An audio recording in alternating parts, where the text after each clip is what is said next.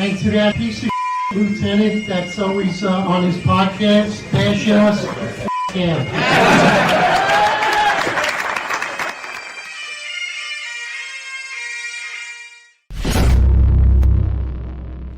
Attention to roll call.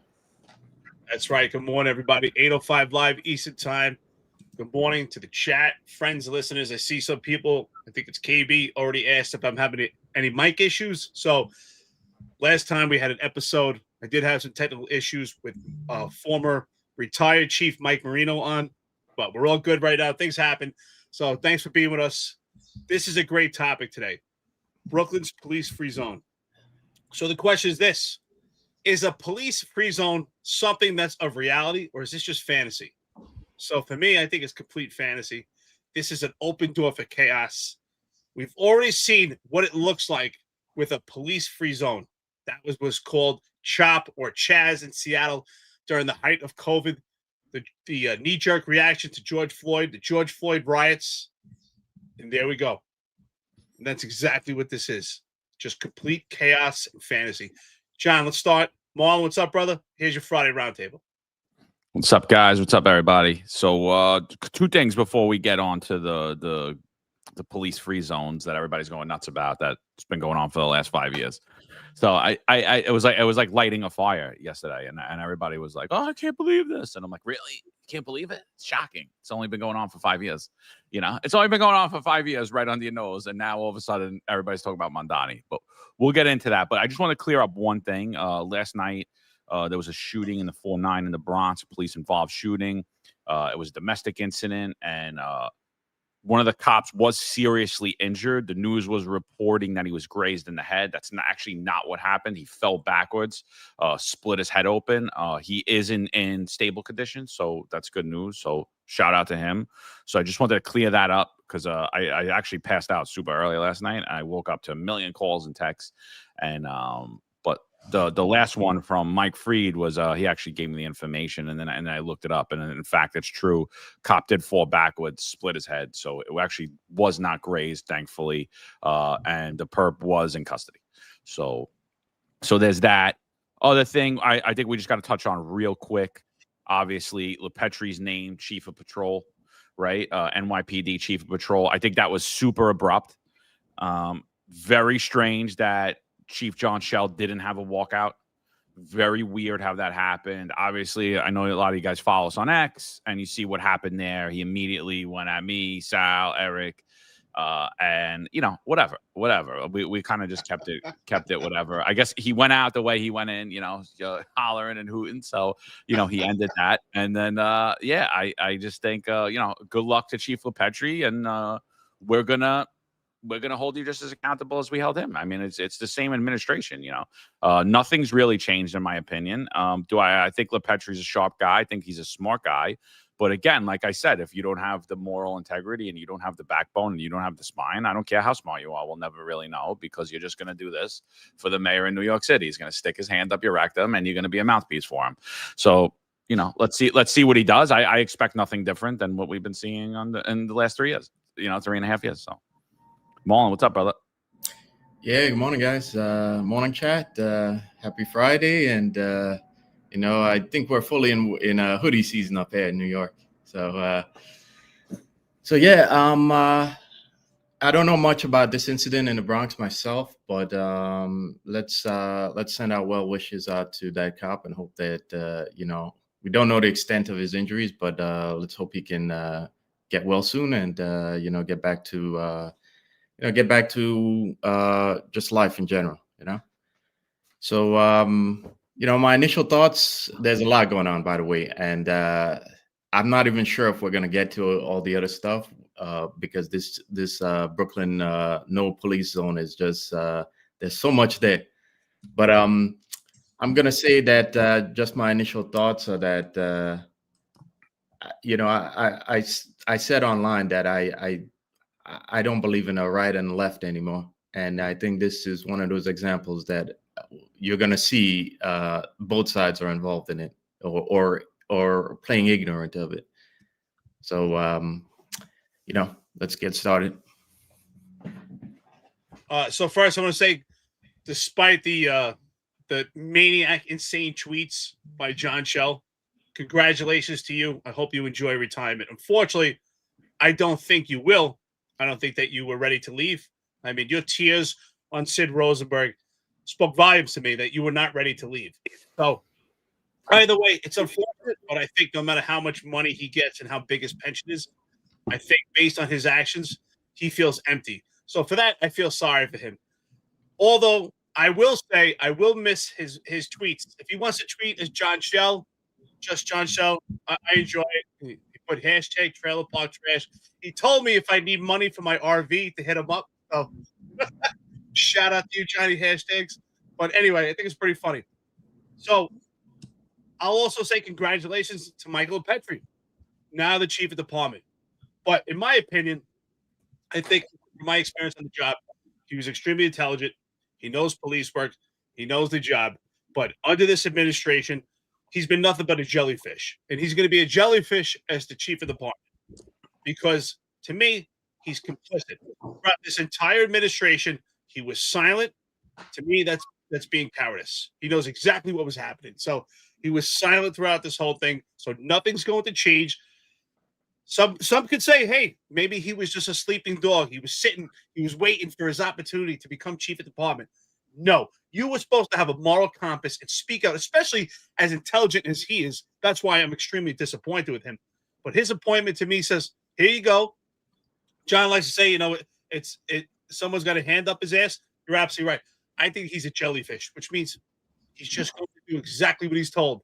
So it's just another empty mouthpiece. Although I will miss John Shell is the chief of department. You know, his interactions on Twitter was quite entertaining. So I don't think we'll get the same thing from Mike LePetri. So listen, I don't wish anyone bad. Congratulations to them. You know, shout out. Johnny Hashtags. We'll miss you, brother. Yeah, absolutely. All right. So let's get into it. So we're getting a bunch of messages about, you know, what the BSA was doing. The BSA is the Brownsville Safety Alliance. So this was being posted around Brownsville. And it basically says the Brownsville Safety Alliance, the BSA, begins today, October 7th, will run through Saturday, October 11th, from 12 p.m. to 6 p.m. each day. The BSA is a designated police-free zone. The area covered by this event includes Mother Gaston Boulevard between Pitkin Avenue and Sutter Avenue, one of the most violent places in New York City. No on-duty UMOS, uniformed members of service, are to enter this area unless responding to an extreme police emergency. Examples: person shot, person stabbed. This event is being monitored at the police commissioner level. So I posted this. People are outraged. It goes viral across social media, right? People are completely outraged. You know, what all the influencers do, they snap a photo of your tweet and they put it out there like they know what the hell they're talking about. They basically just use word for word. So this thing has been all over the internet. It's got millions and millions of views on it. And I'm sitting there and I'm going, have you not been listening to the Finest Unfiltered? Have you not been listening to what we've been telling you? Have you not been paying attention to what's been happening in public safety for the last 5 years?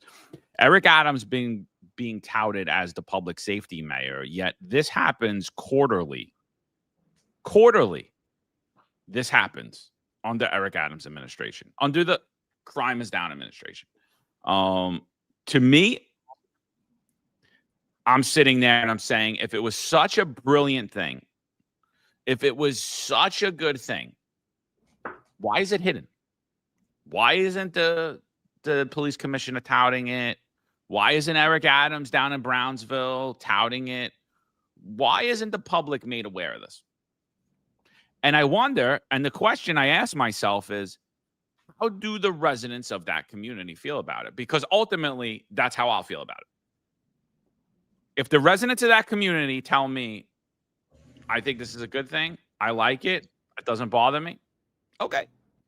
It's your world. I'm just a squirrel trying to get a nut here. Doesn't matter, right? Like, you know, ultimately the police force should resemble what that community wants.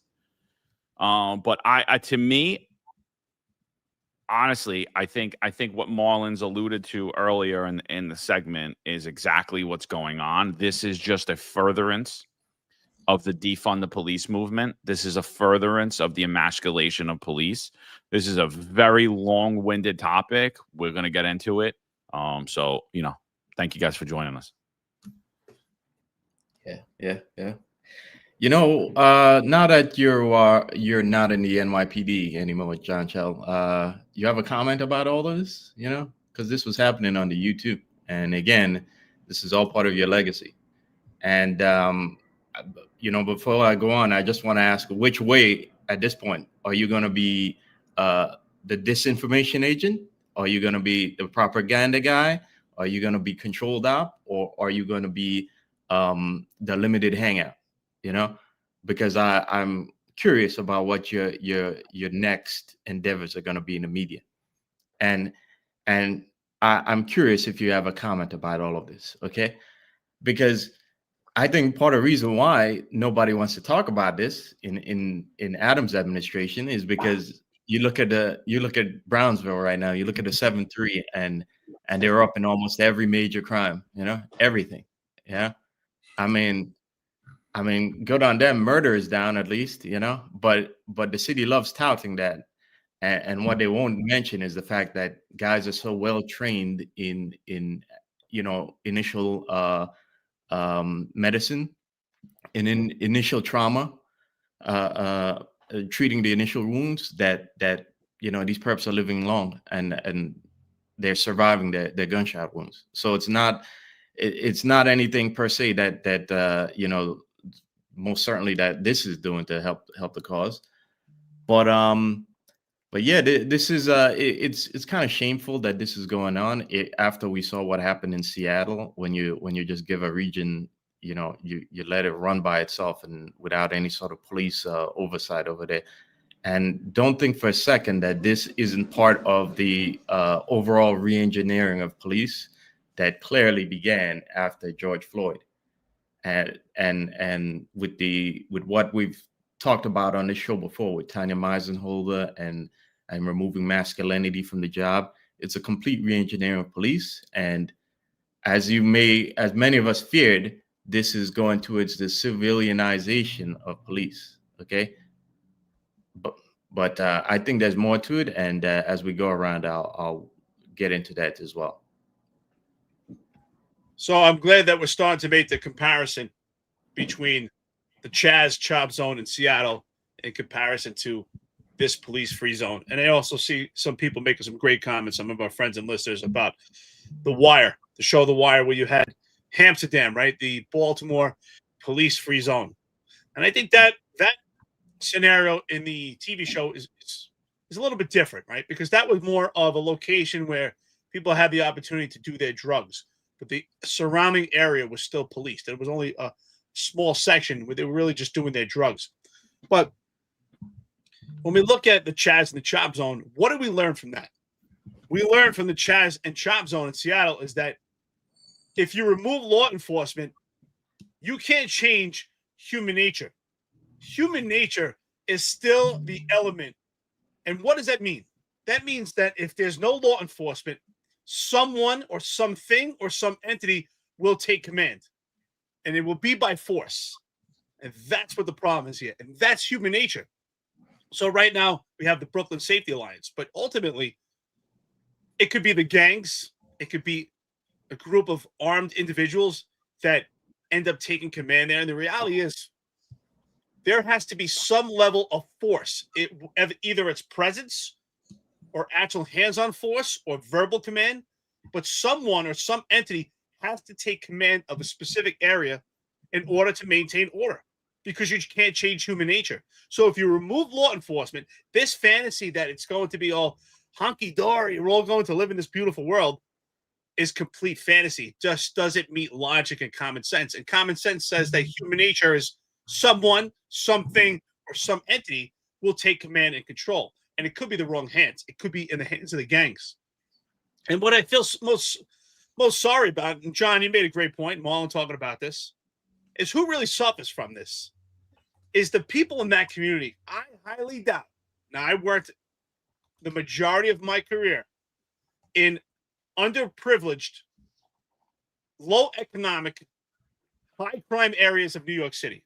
And the people in those communities, you know what they want? They want a good life just like everybody else. They want to go to work. They want peace. They want to go home. They want a place they can have their kids play. And they want the police. That's what I found. That people in those communities, they want law enforcement. What's interesting about this, we don't see this police-free zone happening in a neighborhood that's more elite, a neighborhood that has a higher economic status.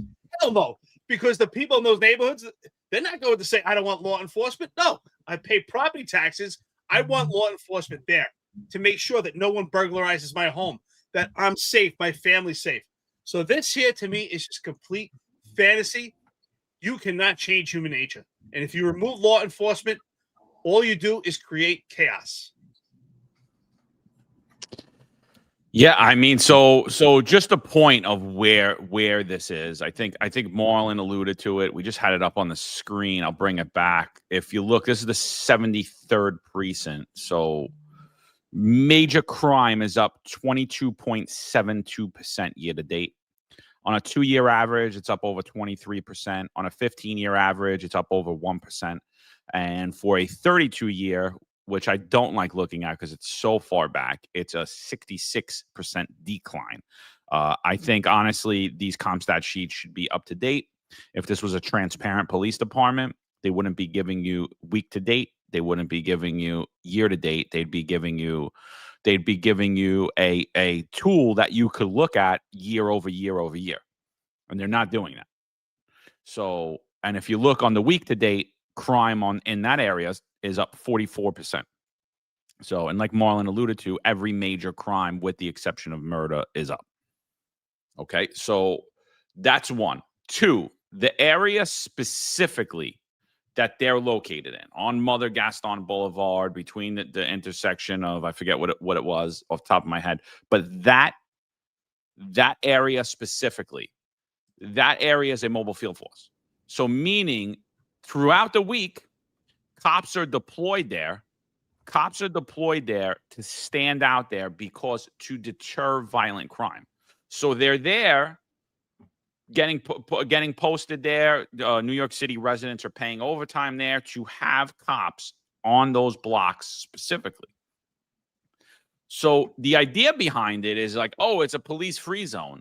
So to me, it leads me to believe that they are inferring that the uniform incites violence, that the uniform creates crime, that the uniform creates division.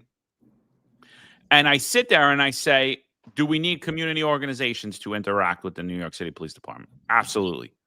Should the police department be held accountable to the community? Absolutely. Should the police department resemble what that community wants and the type of enforcement they want to see? Absolutely. I don't believe, oh, we need to keep you safe from yourself.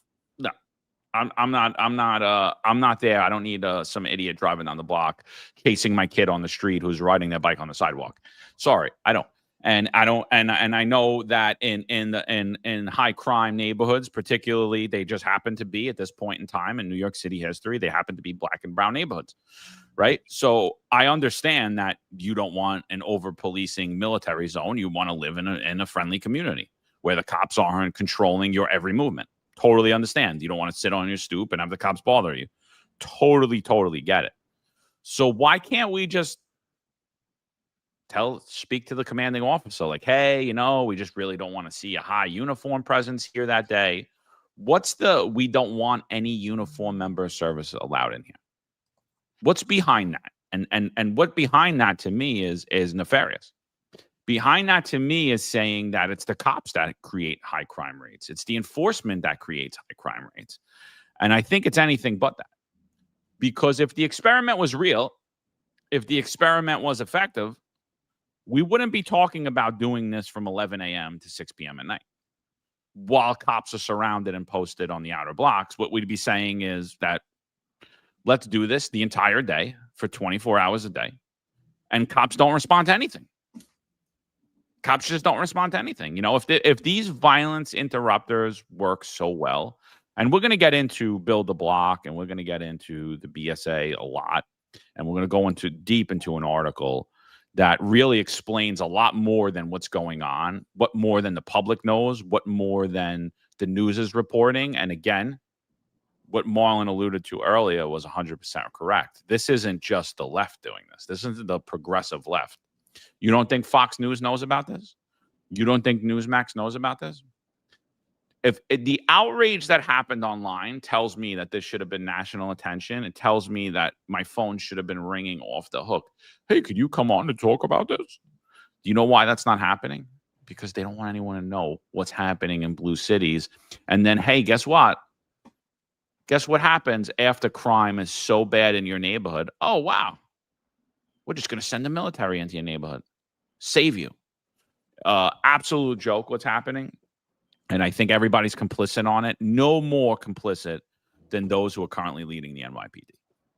I don't blame community advocacy groups for coming up with ideas, whether I agree with them or not. It's the fact that this is being allowed. This has happened for the last 5 years in complete secrecy. And it's basically like it's the dirty little secret. Everybody knows it's happening. No one's talking about it. To me, I'm like flabbergasted behind. I'm flabbergasted to the reaction to it, and then when I look at it, I'm like, well, you know what? Why hasn't there been reports on this? Why hasn't there been? We just seen in Portland the other day. We saw Nick Sotor get assaulted for being out there with Antifa, and the cops locked him up after he got assaulted. He got his camera stolen, and they broke his camera, right? And when he's out there, you could see in the background, the city's shut down. It's like 9 o'clock at night. There's stores that haven't been open in a long time. The city's desolate. And there's basically the police are there as a reactionary force that really do nothing. And as the city dies. And if this is allowed to take hold in Brownsville, who says that the next step isn't Midtown Manhattan, downtown Manhattan, your neighborhood, throughout the country? Hey, it's a great idea. Let's try it here in Florida. It's working so well in New York City. Crime's down. And again, I'm just going to go back to the crime numbers one more time. What did I say? Crime was up year to date, 22%. For the week, it was up 44%. That is with highly manipulated crime numbers. Those numbers are not accurate. If those numbers were accurate, they would be up in the 200%. So just that's the reality of what's happening here. Those are with highly manipulated, misrepresented crime numbers. Yeah, absolutely. To go back on what Eric says, I'm not too sure this is now at the surface. It seems different from Amsterdam in The Wire, but I'm not too sure it is, and I'll tell you why. So for all those of you who haven't seen The Wire yet, and you really should, because it's a fantastic police drama. It's just fantastic. One of the best ones I've ever seen. But it was season 3 where one of the precinct commanders basically threw his hands up. He was about to retire. He's a little disillusioned, and he just threw his hands up and he said, "You know what? We're not making a dent here. I'm going to create a police-free zone where we're just going to let the drug dealers sell their products and not touch them. And we're going to try and corral everybody, all these drug dealers and the addicts into that zone." So he did that because, as I said, he was disillusioned. And he basically threw his hands up. And in a sense, what you're seeing here is that, okay? It's that. It may not, there's more to it, but it's, in a sense, it's the city kind of throwing its hands up and saying that, let's try something different. But at the same time, it's the class of people that take advantage of the city. I like to call it the progressive industrial complex. Those people who feed off of government services and they start these NGOs and community organizations, they're the ones taking advantage of it. Okay. And nobody wants a police state. I see comments in there from Tabitha. Nobody wants a police state, Tabitha, but at the same time, this isn't the way to do it, because we're not seeing this in the better neighborhoods, you know. Why is this social experiment being conducted? You should be even more outraged, okay, that this social experiment is being conducted in the Black community, okay. But this is literally an experiment to see how little government and policing services can be administered to a community, and to see if it'll actually function. And I said before that I think this is the reason why this is happening is, I like to go back to the fact that the city has fiscal problems, and that because of that, this is the first place that this is going to happen in other parts of the city. It may not be in this form, but it's happening because, again, the city doesn't have the money for cops. They really don't. They don't have the money for pensions and for healthcare, and that's why they're moving to change things. But you should be outraged that the version that's happening, which is a social experiment, is happening in a community that's had an epidemic of violence for decades. Okay, all right. In fact, places like Brownsville should be getting more police, not less. Okay, they should be getting more police and more government services in order to finally get us past the conditions that have been there for a while. And instead, what's happening? You're getting less. Okay, but are the people there getting any sort of tax break or discount? No. So it's exactly that, a social experiment. I love The Wire. I think it's an awesome show. Probably the most realistic when it came to the external contributing factors to what makes policing so difficult. So I think you brought up a great point, Marlon, because in that series, in that season, his name is Bunny Colvin, right? Was the character playing the commanding officer, and exactly that. He came to a point where bureaucracy was impeding him from doing the job, and he could see that nowhere crime could actually change because of bureaucracy. It was all about numbers, and he knew if he played this game, the numbers would change, and that's what he did, right? He didn't actually change anything; they just displaced it and gave the appearance and the illusion that crime was better, but it was still happening on that block because of the free zone. So I think you brought us some fantastic points, but let's talk about from the cops' perspective. Right? What does this effect have on the psychological and moral toll on cops? For one, John, you alluded to it. It demonizes the police. It demonizes the cops. It inherently oppresses them from doing proactive police work. I talk about it all the time, from doing intrusive police work. If you're a cop in that precinct, you work in the 7-3 precinct, any hours outside 12 to 6 is going to inhibit or impede you from taking action. You're going to say, well, they already have a police-free zone from the hours of 12 to 6. Clearly, we're oppressed.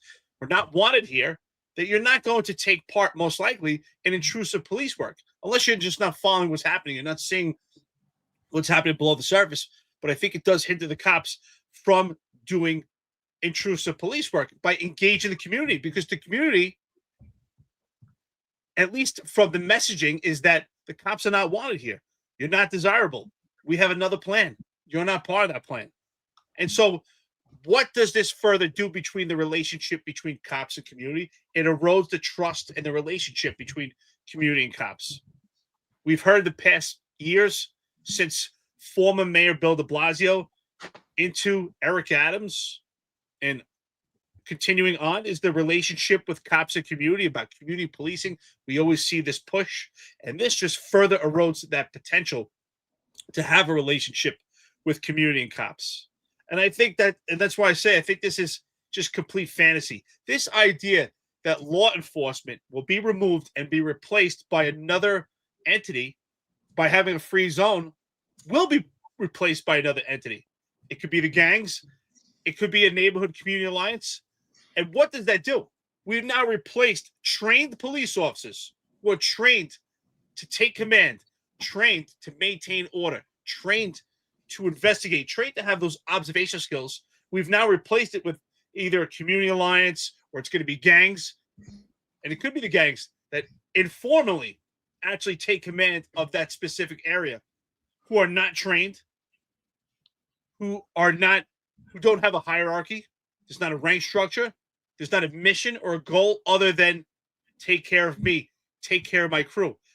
This could leave many people vulnerable, and we could have potential for more victims.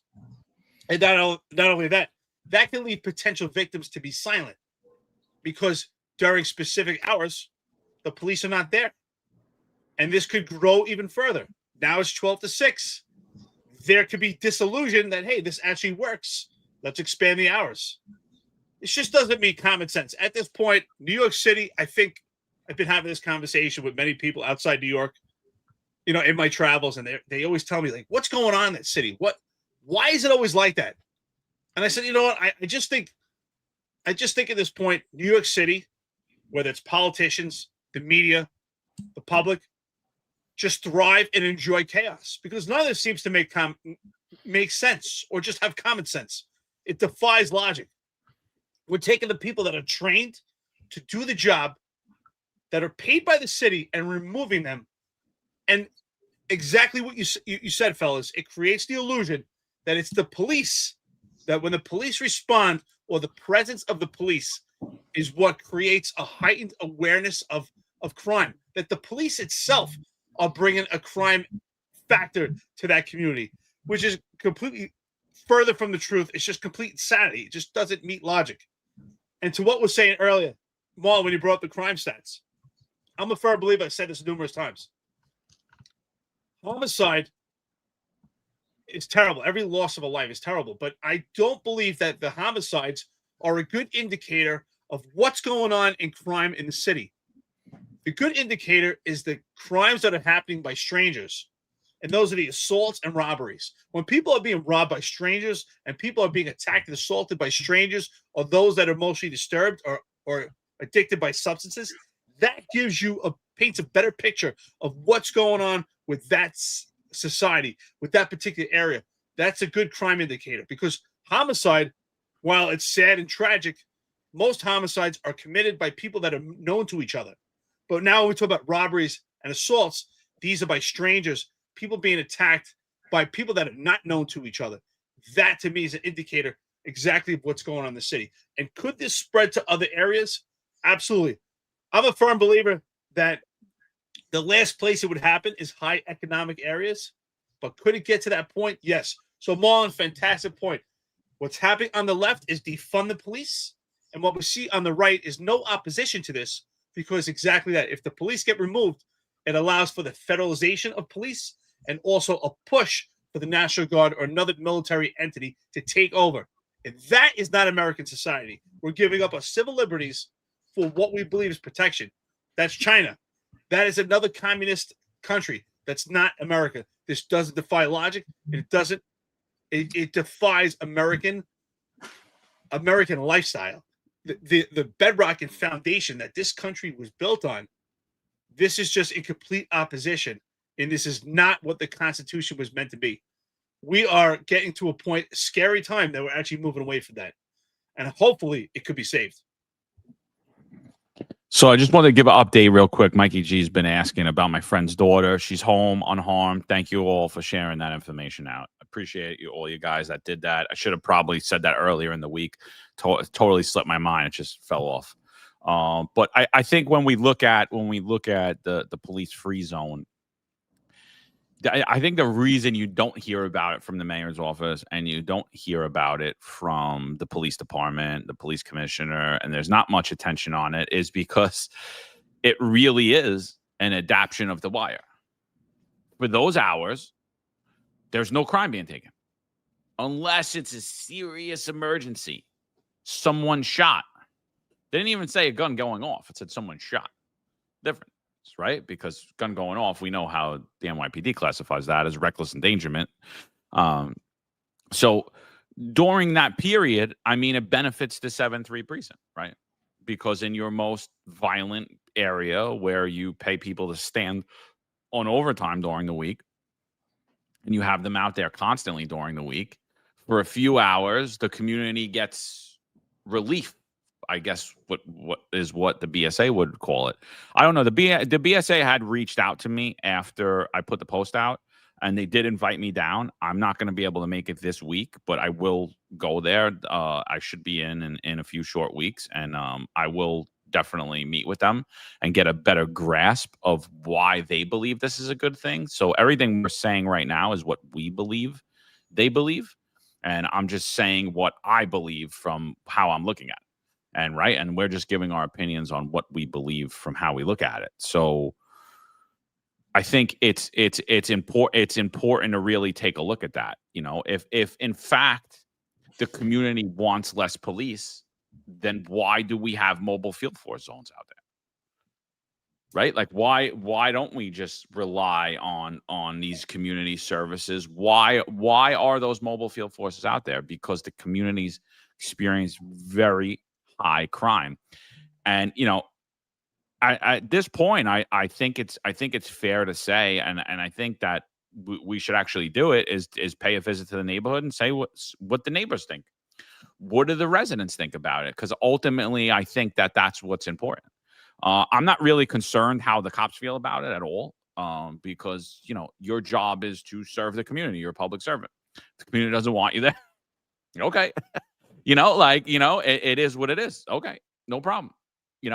But we're kidding ourselves when we look at the crime rates and we look at the fact that the hours that this takes place, and we look at the fact that the crime rates are exorbitant there, and the community actually wants more police. So be very interesting to attend a community council meeting and hear exactly what's occurring and how they feel about this location. Those are my main concerns on the area. I think that's that. And I do agree that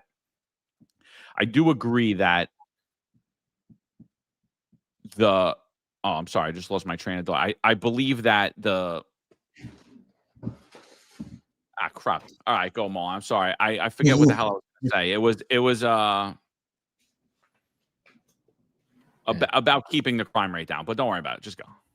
Yeah, no, it happens. It happens, One of the things about being alive, guys, is that, remember, we're unscripted, and you got to be able to recall a lot of things at a moment's notice sometimes. So we're human. So I was gonna say that one of the things that happens when you also remove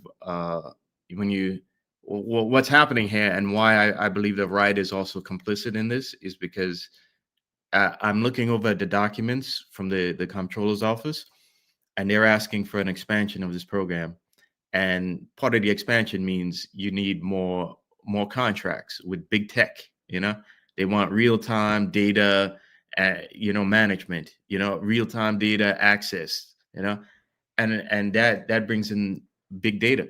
And this is why the right loves this too, because this is bigger contracts. This is Wall Street gets fatter on this, So besides, as what Eric says, there's also silence. Wasn't Eric Adams supposed to be MAGA? Does it seem MAGA to you? Doesn't quite seem MAGA to me. Seems like something that MAGA would speak out about and kind of have a problem with, but he didn't. And many of us didn't know that this was happening. But I'm also going to say that we can talk to people in the community, but Brownsville is it's like what, 1 mile really, and there's a lot of people clustered together, and I'm not too sure you're going to get a straight answer unless you're behind closed doors from the community, from a lot of people in the community there, because I tend to think a lot of them would be intimidated to speak out about this. I go to community council meetings in my precinct, and when I look around, I see the majority of people that I see there are, first of all, they're older people who are, they're in a different position in life than the people who a lot of the people who should be attending, like the young people and the people who are going busy with their 9-to-5 jobs and their families and life, and they don't have the time to attend. And those are the people who really see things on the ground floor. A lot of the older folks, they spend most of their time at home, maybe they go to the grocery or something, or one place in the neighborhood, and then they go back home.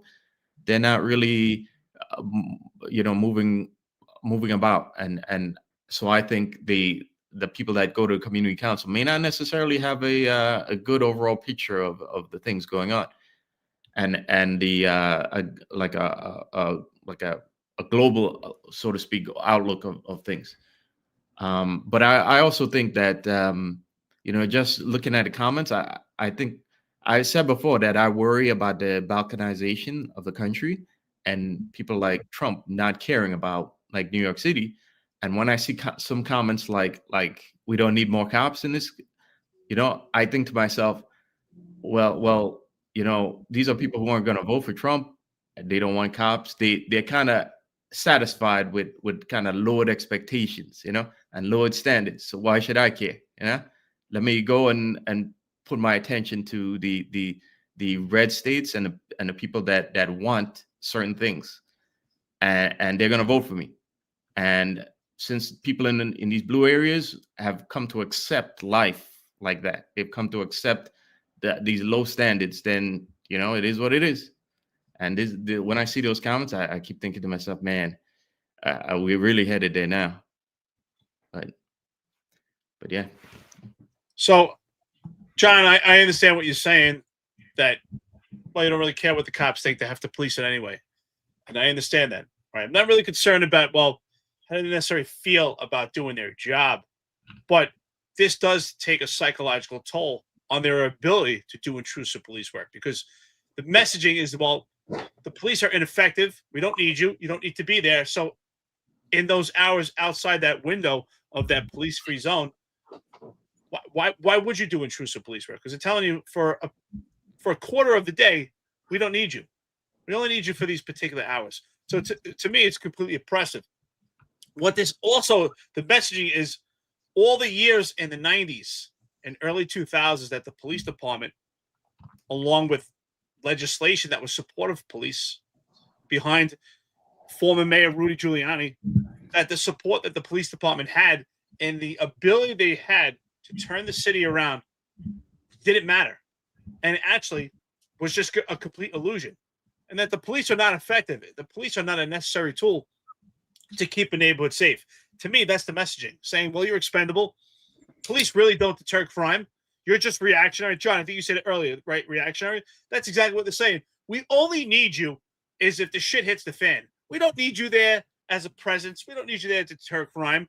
We don't even need you if someone's firing shots. We just need you if, in the event someone's actually shot. Now we need you. We need you just when the shit hits the fan. So that's the messaging to me.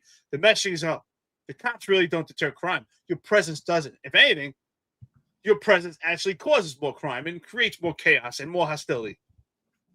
So the question I also have with this, is this not only a social experiment, but is it more, and I'm not sure yet. I mean, I'm really thinking about this, but is this a PR event? Is this a public relations event where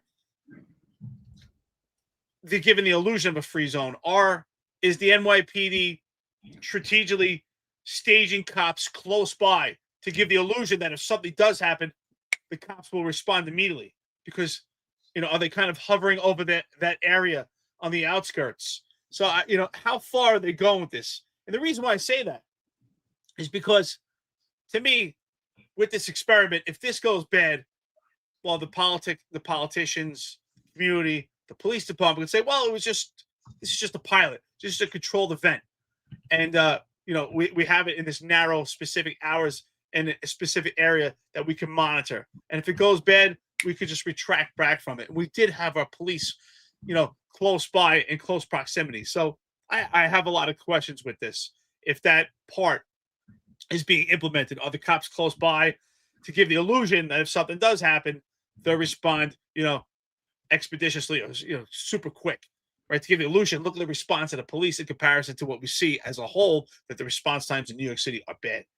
So I just ultimately think this is a terrible idea. We've already seen how this plays out in Chaz, in the chop zone in Seattle. We see how this plays out in Baltimore, the rift that we, in the show The Wire. Obviously, that's just a show, but we've seen how this played out in real life in Seattle. What happened? People were shot. people, crime scenes were compromised. The police department in that area couldn't even get in because exactly what I said. Someone took command. Antifa took command. They set up barriers. They set up zones. They were so anti-police, and yet they had more of a police militarized zone than in comparison to when the police are doing it. It became more control, and that's what I see. Ultimately, what could happen if we start to have these police-free zones? We'll actually have more control, but it won't be by the police department. It will be the gangs in the neighborhood. It'll be maybe by Antifa or some entity, and they'll have even more control. There'll be more force because they don't have training. And when the police department does need to get there, the police department may not have access, and the ambulances may not have access because we don't have trained people at that location on how to set up locations and how to create access. So this could be a problem, not only of what's happening there, but if something does happen, and God forbid someone is shot, can we get resources in there? Because we have people there that aren't trained. We have a setup there that's not trained by the police department. This is complete fantasy. It just doesn't meet reality. Yeah. So a few things. One, it's heavily monitored by the police department. They do have people on the outside, right? They say that, they even say it, that it's monitored at a police commissioner level. And I believe there's even plainclothes officers in there that don't have anything that they are cops. So there's that, right? There's that. The other thing is, and I get what you're saying. I totally agree with what you're saying about the cops they're getting mixed messaging. Go do your job, but don't do your job there. Totally agree with you. What I'm saying is, if the police department thinks that this is a good thing, if the mayor's office thinks this is a good thing, let's do a real, actual experiment. They've been experimenting with this quarterly. So this isn't new, and it actually goes a lot further than what we're even reporting about. We're going to get into the article. Next time I go around, I'll start to bring that up. What I lost my train of thought on is the power void that Eric was talking about. He was talking about that power comes in. It doesn't matter if there's an authority figure that comes in. It doesn't matter if you pull the police out.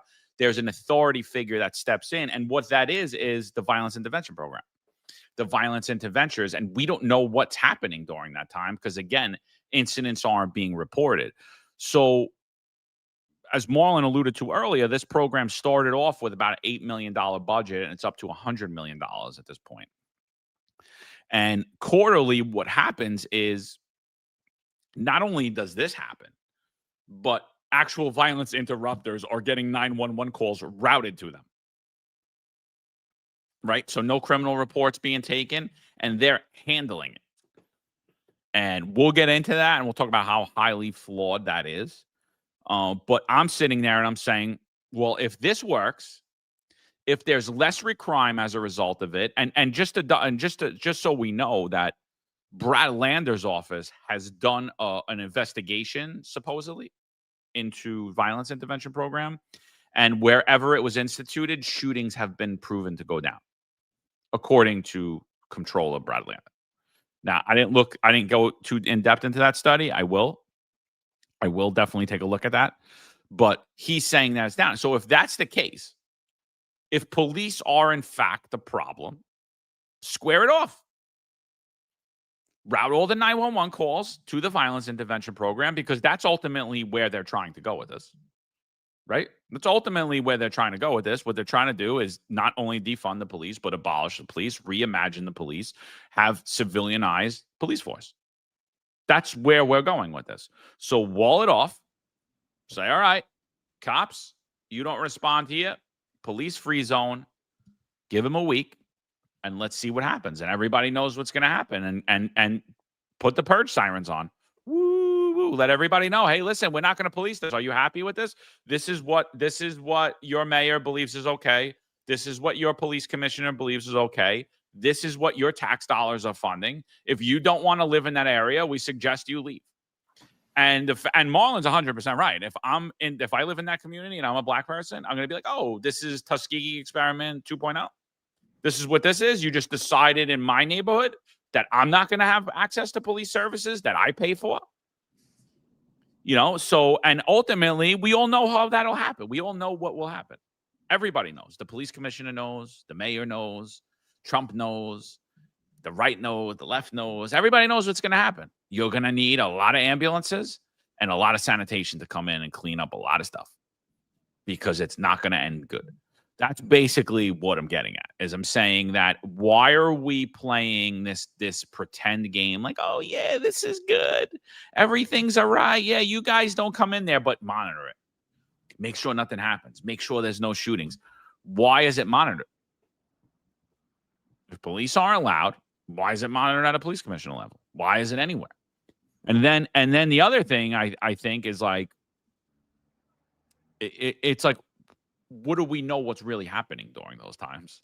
How do we know this isn't really what happened in the wire? Hey, look, there's no cops here. There's no enforcement here. During this time is when you'll make all your major drug deals, is when you're going to do whatever you can't do legally in another time. You could sell whatever products you want during this time. The police aren't there. How do we know that that's not occurring? And if it does, what are we doing to prevent it? So I think ultimately just even theorizing about it, it fails to me. And even though that it's in place now, I can't see the rationale behind it and I can't understand it. I invited anyone that wants to come speak from the Brownsville Safety Alliance, the BSA, to come and speak here. They weren't able to make it today as it's going on, but I hope that they listen to this and I hope that they come on and explain it to us because I can't make heads or tails of it.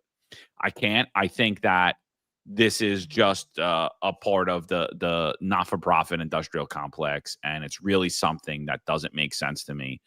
And I'm like flabbergasted by the whole thing. And then, like I said, when I go again, I'll bring up the article that really goes down even further into this, and it's wild, man. It is wild. Yeah, it is absolutely wild. And I want to point out again that, to some people in chat that even black folks don't want to live in black neighborhoods. Okay. So I'm pointing that out. When my parents first got here, we lived in the 6-7. They went to college, they got better jobs. And what did we do? We moved out to the 6-3, a better neighborhood. And the 6-7 in the 80s was like even wilder. Okay. Because I remember going to school and seeing crack vials piled up on the corners. So something to think about, nobody wants to live in high crime areas. Okay. Everybody wants safety. They want a good quality of life. So why should this neighborhood be getting lowered standards and a social experiment put on them? Okay. But I'm also saying that this is also racist that this community is getting this lowered standards again. Okay. Now we talk about how like I personally don't like all these other neighborhood policing units like Shamrim or the Muslim one. I don't like any of these things because to me, you're masquerading as like the police. You have cars that are painted to look like cop cars. I just don't like it. Okay, but those organizations don't have gang members in them. They don't have gang members who've been arrested, while they're still in these violent intervention programs, So how come it's okay for Brownsville to get this, But I think everyone should really care about this. Whether you live in Brownsville or not, you should care about this because if programs like this expands first in Brownsville, what's going to happen is that these perps, you think these perps are going to stick to doing their dirt in Brownsville? No, they're going to move out they're going to move out and do their dirt in your neighborhood. Okay. They're going to come and rob you come and pick you off in your neighborhood and then go back home. Okay.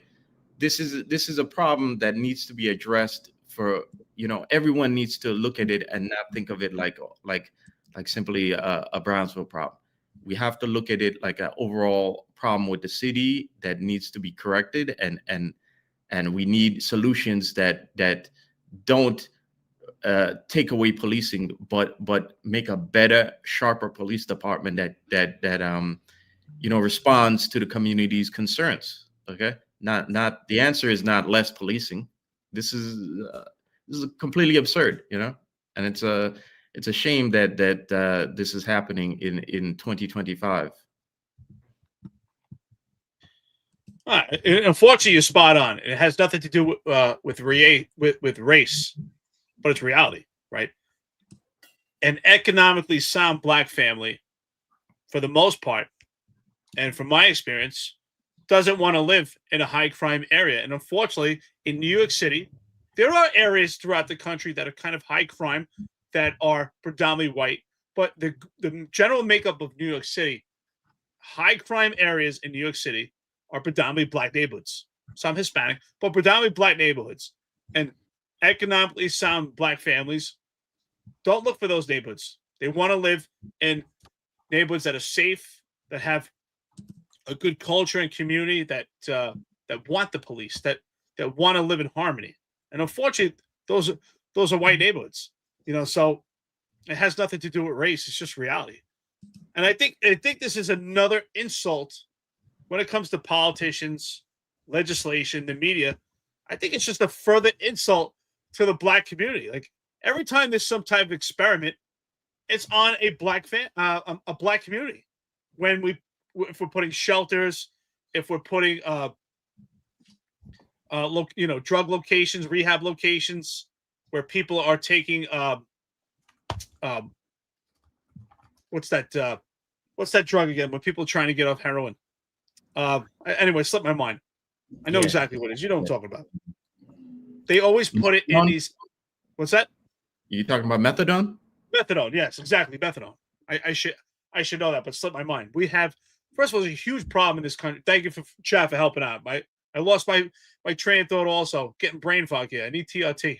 So, but really, I mean, it's unfortunate we see this experimented in low economic areas. It's the 7-3, 7-5 precinct.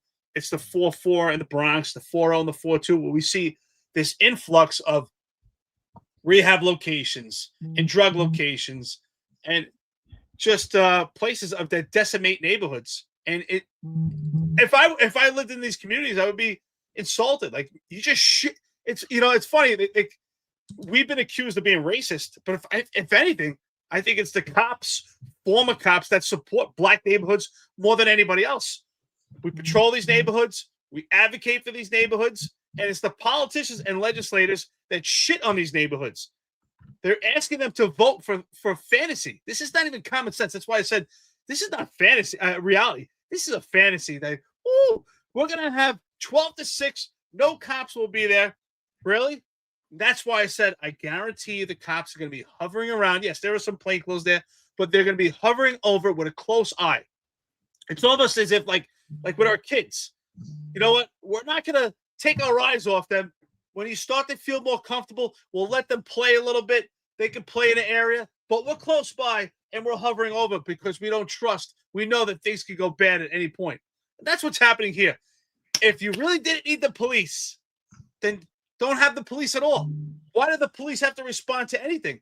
Why do we have to put up? And that's why I say we've shown that the police officers are expendable, because we now have zero command. We don't have anybody in charge with training and experience. But God forbid someone's shot and we have a big event there. Now the police officers have to come there and somehow navigate through a crowd of 100 to 200 people to help someone that's shot where there's chaos already. And the police weren't there to monitor what's going on, to put themselves in a safe position. So to me, I do care about the cops. And what that says is, screw the cops. Their lives don't matter. And the people that live there, their lives don't matter either. And I promise you, we saw it happen in Seattle, and Antifa was acting as a gang. The only one that's going to take over in an area like that is a gang. The gang is the one informally. They're the ones that are going to be in control, because people are going to be scared. Because who's going to take action there? It's the gangs. They're going to control it. This is just idiocy. It doesn't make any sense. It defies logic.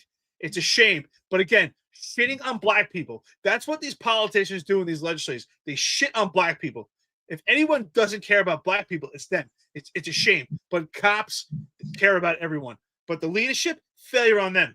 Failure on them. Because this will give the illusion crime got better, because it will be displaced. It's not going away. You're just displacing it. And as Marlon said earlier, Marlon, great point. Kind of like with the experiment we saw in Roosevelt. And John and I both said when we did a podcast about it, this will not only displace crime, but it will spread throughout the entire city and make it worse. That's what I think will happen here also. If this spreads, as you said earlier, Marlon, which I think it will spread to the point that we can't even control it. And once things go on fire, and it's hard to stop it.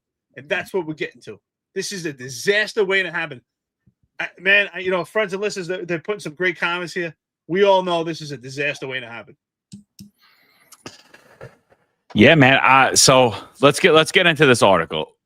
Let's get into this. So it's a title that comes out from the Trace, I believe, is the paper. It says the trajectory in a Brooklyn neighborhood, residents, not the police, take the lead on preventing violence. For a week each quarter, 911 calls are routed to community violence interrupters. A new analysis found that precincts with these programs saw a marked drop in shootings. This is dated May 13th, 2025 by Chip Brown-Lee. So for all of you public safety experts who were completely unaware of this or too afraid to talk about it, this has been happening for a long time now. And so just right off the bat with that, I mean, what do you guys think about 911 calls being routed to community violence interrupters? Yeah, absurd, and also remember they changed the frequency so you can't hear it, and you have to really wonder about when you look at those two, it really makes you wonder if this isn't like, if that itself wasn't part of this agenda, but this is like absurd.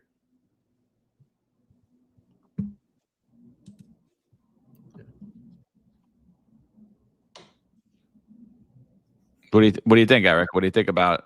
Oh, I was reading the comments. I thought Marlon was still going. I thought you had a mic issue, brother. Again, who? The violence interrupters? Who the hell are they, brother? We've been saying this, like, who are they? Bunch of perps? What training do they have to respond to 911 calls? If this is not another slap in the face of the cops, like, again, you're expendable. Your training means nothing. This is what they're saying, what they think of the cops. They think the cops are useless, that they don't deter crime. So all the years that the cops going out there, put their lives on the line day by day, this is the thanks that they get? Wow.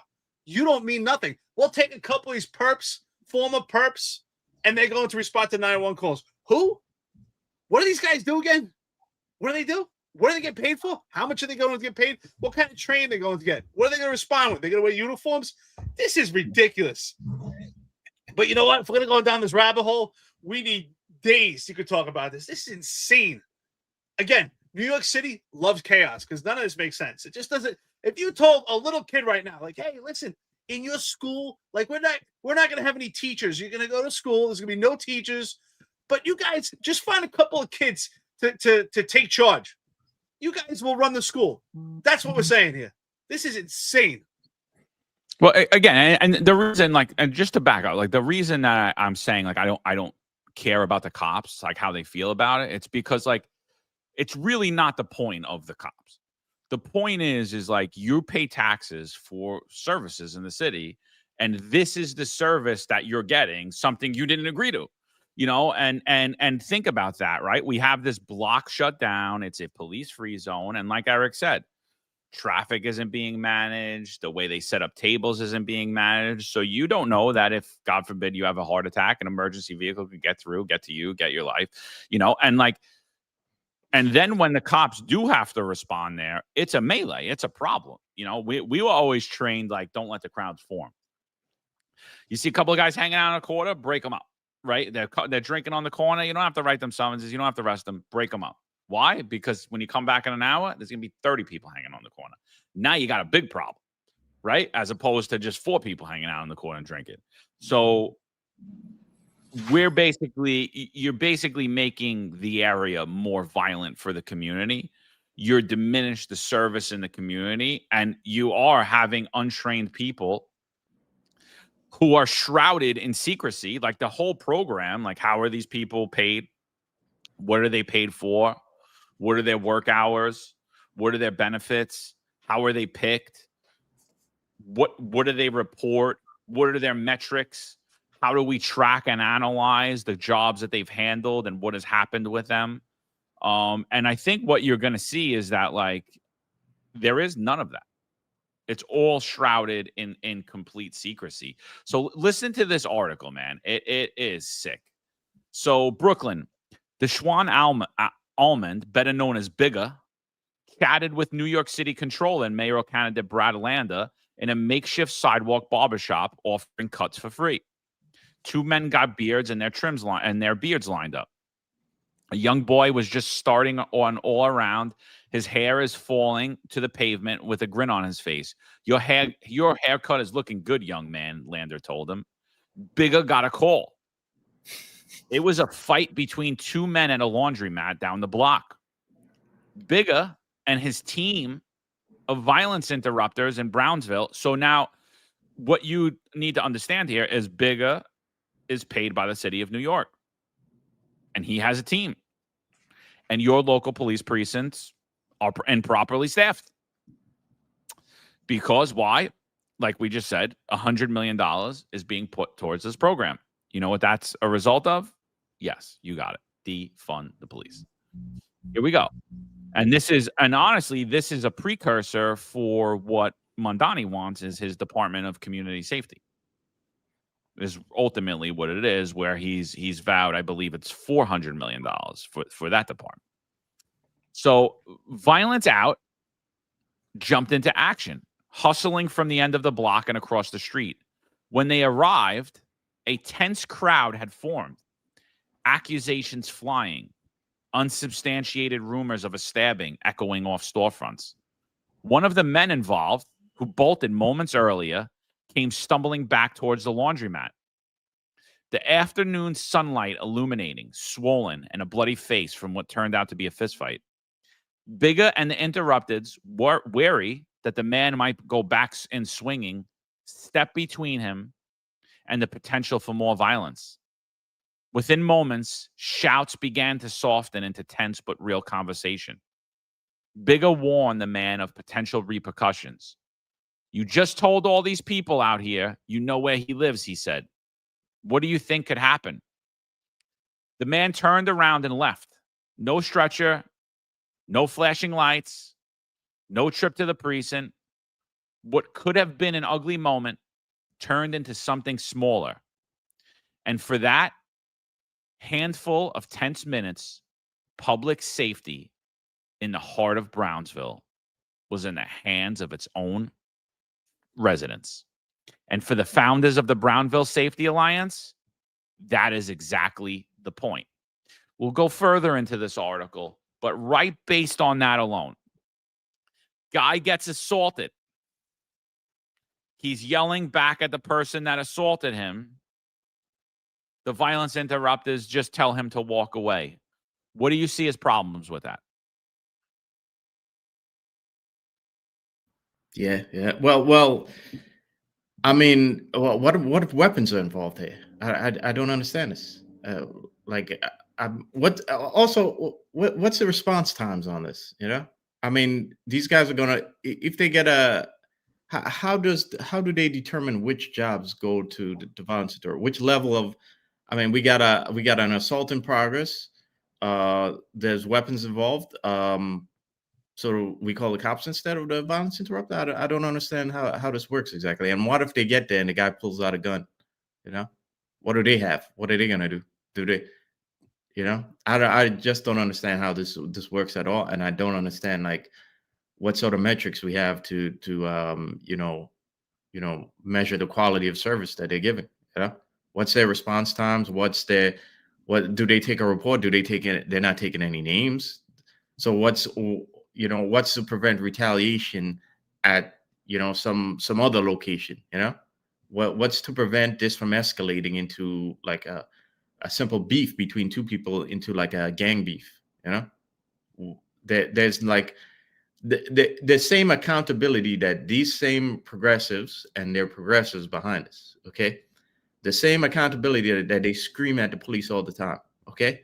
Even though, again, when it comes to the boots on the ground, there's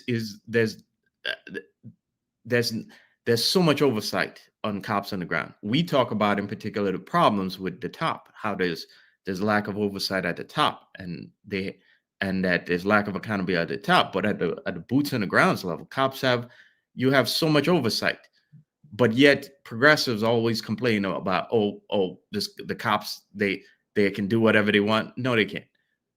And yet here these progressives are pushing for groups to take the job of policing, and they have no accountability. They have nothing to measure their job performance. Okay, I just don't get it. It's bizarre. That's the interesting part about this, right? So everyone admits that someone or something or some entity has to be in control. We see it on all levels. We just don't want the police in control.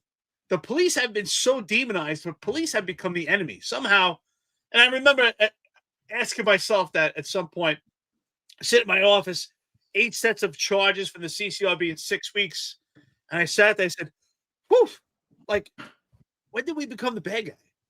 And that's what this is. The police are the bad guy, because no one's saying, hey, we don't need anybody to police it. Just let the neighborhoods figure themselves out. Let life figure itself out. They're saying someone has to respond to these things. Someone has to be controlled. Just not the big bad wolf, which is the NYPD, which is the cops. So that's what this ultimately comes down to. Is like the cops are the bad guy. As long as the cops don't handle it, we'll find another way. So these guys that served their time, that already committed crime, somehow they're better citizens than the cops who gave their life, who took an oath to police the streets of a neighborhood that's not even theirs. In most cases, people police a neighborhood that they didn't even live in. Sometimes you end up policing an area you lived in. I was fortunate enough. I worked in the 120 precinct my first 5 years. I lived in that neighborhood. But most people don't live in and work in a neighborhood that they're familiar with. And so to me, this is just furtherance of hatred and just bias and disdain for police. They hate that uniform. Even the NYPD is telling you, we understand they hate the uniform because we need cops. We can't have 0 cops. We can't be away from this completely. So we'll put them in plain clothes. So it's almost like, if you don't see them or you don't hear them, it's okay, right? Let's pretend it's not there. And that's what this is. It's like almost like we're playing pretend. A couple of people, by the way, I just want to thank the friends and listeners. The chat is on fire today. Great comments, really good engagement. It's like Lord of the Flies. A couple of people said here. Absolutely. I think it's KB. KB said, I think it was KB, what's next? No traffic lights? Like, are we just going to have no more authority, no more entity, no more traffic lights, no more stop signs? When does this end? We don't want the police. No more teachers, no more authority. We just somehow life is going to work itself out. And that's why I said earlier today's episode, are we forgetting about human nature? If we don't have order, human nature says there is a power hierarchy that naturally will form, and people will eat each other. And those that have the strength and power will take control of those that are vulnerable and weak. It's just life. And that's why the police have always been the sheepdogs to prevent to protect the sheep. It's just life. Things work out. There are people that have power hierarchy over others. In most cases, women are more vulnerable. Kids are more vulnerable. We need strong men and strong women who are trained to be a protector. That doesn't mean give up your civil liberties. These violence protectors don't understand the Constitution. They're not trained in Supreme Court case law. If anything, they will most likely violate someone's rights more likely than a trained police officer with no training. And again, they're not doing a full investigation based on the scenario that John provided from this article. They just told him walk away. So what happens later on when that person comes back and gets a firearm and shoots that adversary because they're pissed that they got into a fight? There's no investigation. Oh, let's just break them up. This is just complete insanity. But you know what? Let's go further with this article, John. I can't even believe that this is real and just the bias we see towards police. Somehow the police are the bad guy. So I think what's important about that scenario though is like is really what Marlon said. Is like there's really no accountability there whatsoever. So one, you get a guy that gets assaulted, and Chip, the journalist here, is trying to say like, oh, that's it, the situation's over. How do we know that? How do we know that there wasn't further gang violence immediately after? How do we know that a weapon wasn't used after? Why shouldn't we have documented that incident? There was a crime that happened. A man was assaulted. He was beat up. He's threatening further violence. Should cops not be involved in that? How do we know that the violence interrupters that responded that day weren't biased, weren't friends with either the male that got beat up or the male that beat the other individual up? How do we know that there wasn't a bias for that person and they took the side of another person? Go walk away, get out of here. How do we know that there wasn't information from, because ultimately what you have there is a victim, right? Ultimately, the man that got beat up, what he was a victim. The services he got were told, keep it walking. Move on. Might have worked when you're 18, 19, 20 and you get in a fist fight and you don't want the cops there. About when you're a 75-year-old woman walking down the block and you get robbed and beat up. Do you want to be told to keep walking? Because, oh, yeah, that was my boy that robbed her. You know, so the same thing like what Eric's alluding to with CCRB and all the oversight. The police department is the most heavily scrutinized job in the world. And I'm talking about the NYPD. There's not a second. There's not a close second. They might be 1, 2, and 3 for the amount of oversight they're there. And now we have this rogue, unaccountable, basically civilian police force running around and dictating scenarios and dictating to victims what they're going to do. Dictating to perpetrators what they're going to do. And again, what we've seen in New York City is that some of these violence interrupters have been arrested, been involved in drug sales, been involved in the sale of illegal firearms. And they are solely unaccountable, even in their own personal actions outside of work. They're unaccountable in their actions inside of work. They're unaccountable in each scenario that they handle. You know, when you're a police officer, you know, my friend told me one time, I had about 10 years on the job. I was a sergeant. He's like, describe your job to me. I was like, sure. I was like, I go to a job, 911 call, or I investigate a crime and I handle that situation the best way I can know how, within the law, within my training, and I follow that to a T. And then when I wrap that all up, either if it's through an arrest or if it was a crime scene that I handled or it was an investigation that I conducted, I sit there and I wonder how many ways to Sunday my own job's going to screw me, never mind how it's going to be scrutinized in the media. That's basically the job of an NYPD cop. And now you have these violence interrupters running around dictating what's happening at these emergency incidents with victims, and literally no one knows what happened. So when the commanding officer is there telling you, no, assaults are down in my precinct. Violent crimes down in my precinct. Is it really?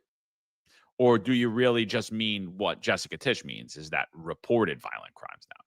Because that's exactly what it is. And it you know, the way it's being painted in this article is not accurate. So let's go further. The Alliance takes place for 1 week each quarter.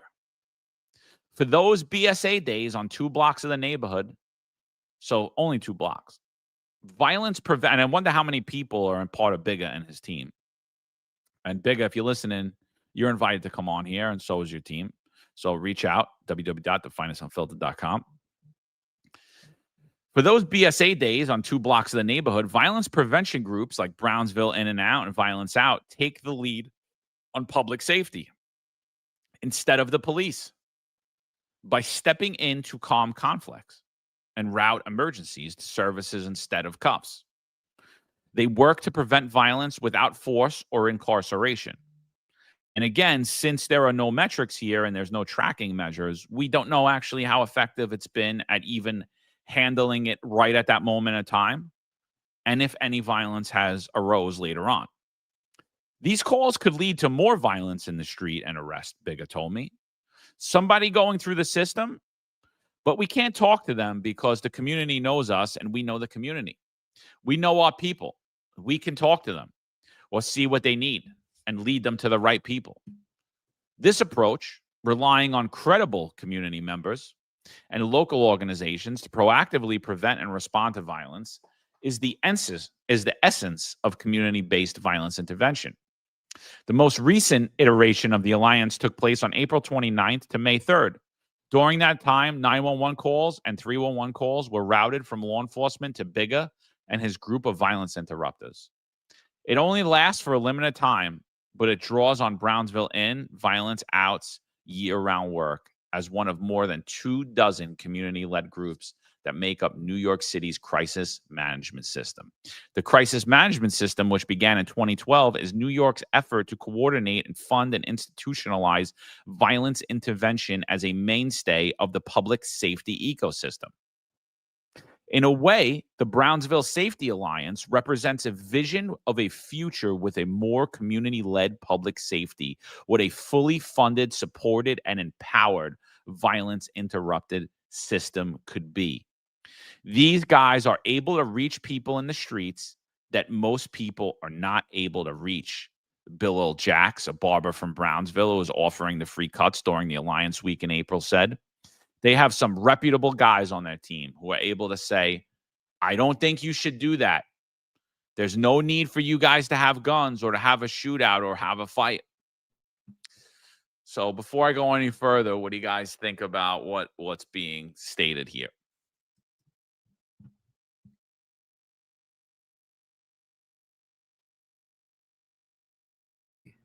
I'd like to know what is First, Mike issue.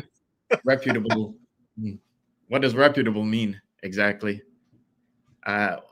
Because a lot of these, like John has mentioned before, some of these guys have been arrested while still being a violence interrupter. So what exactly does reputable mean? And the other thing is, this guy's a shop owner who made that comment. Here's what I'm wondering is, how long before these violence interrupters tell you, okay, shop owner, you want if you want a premium grade protection, that's going to cost you a little bit more. You know, if you just contribute to an organization, we're going to give you that premium service. You know, we're going to give you faster response times, and we're going to make sure your place gets even more attention than the others.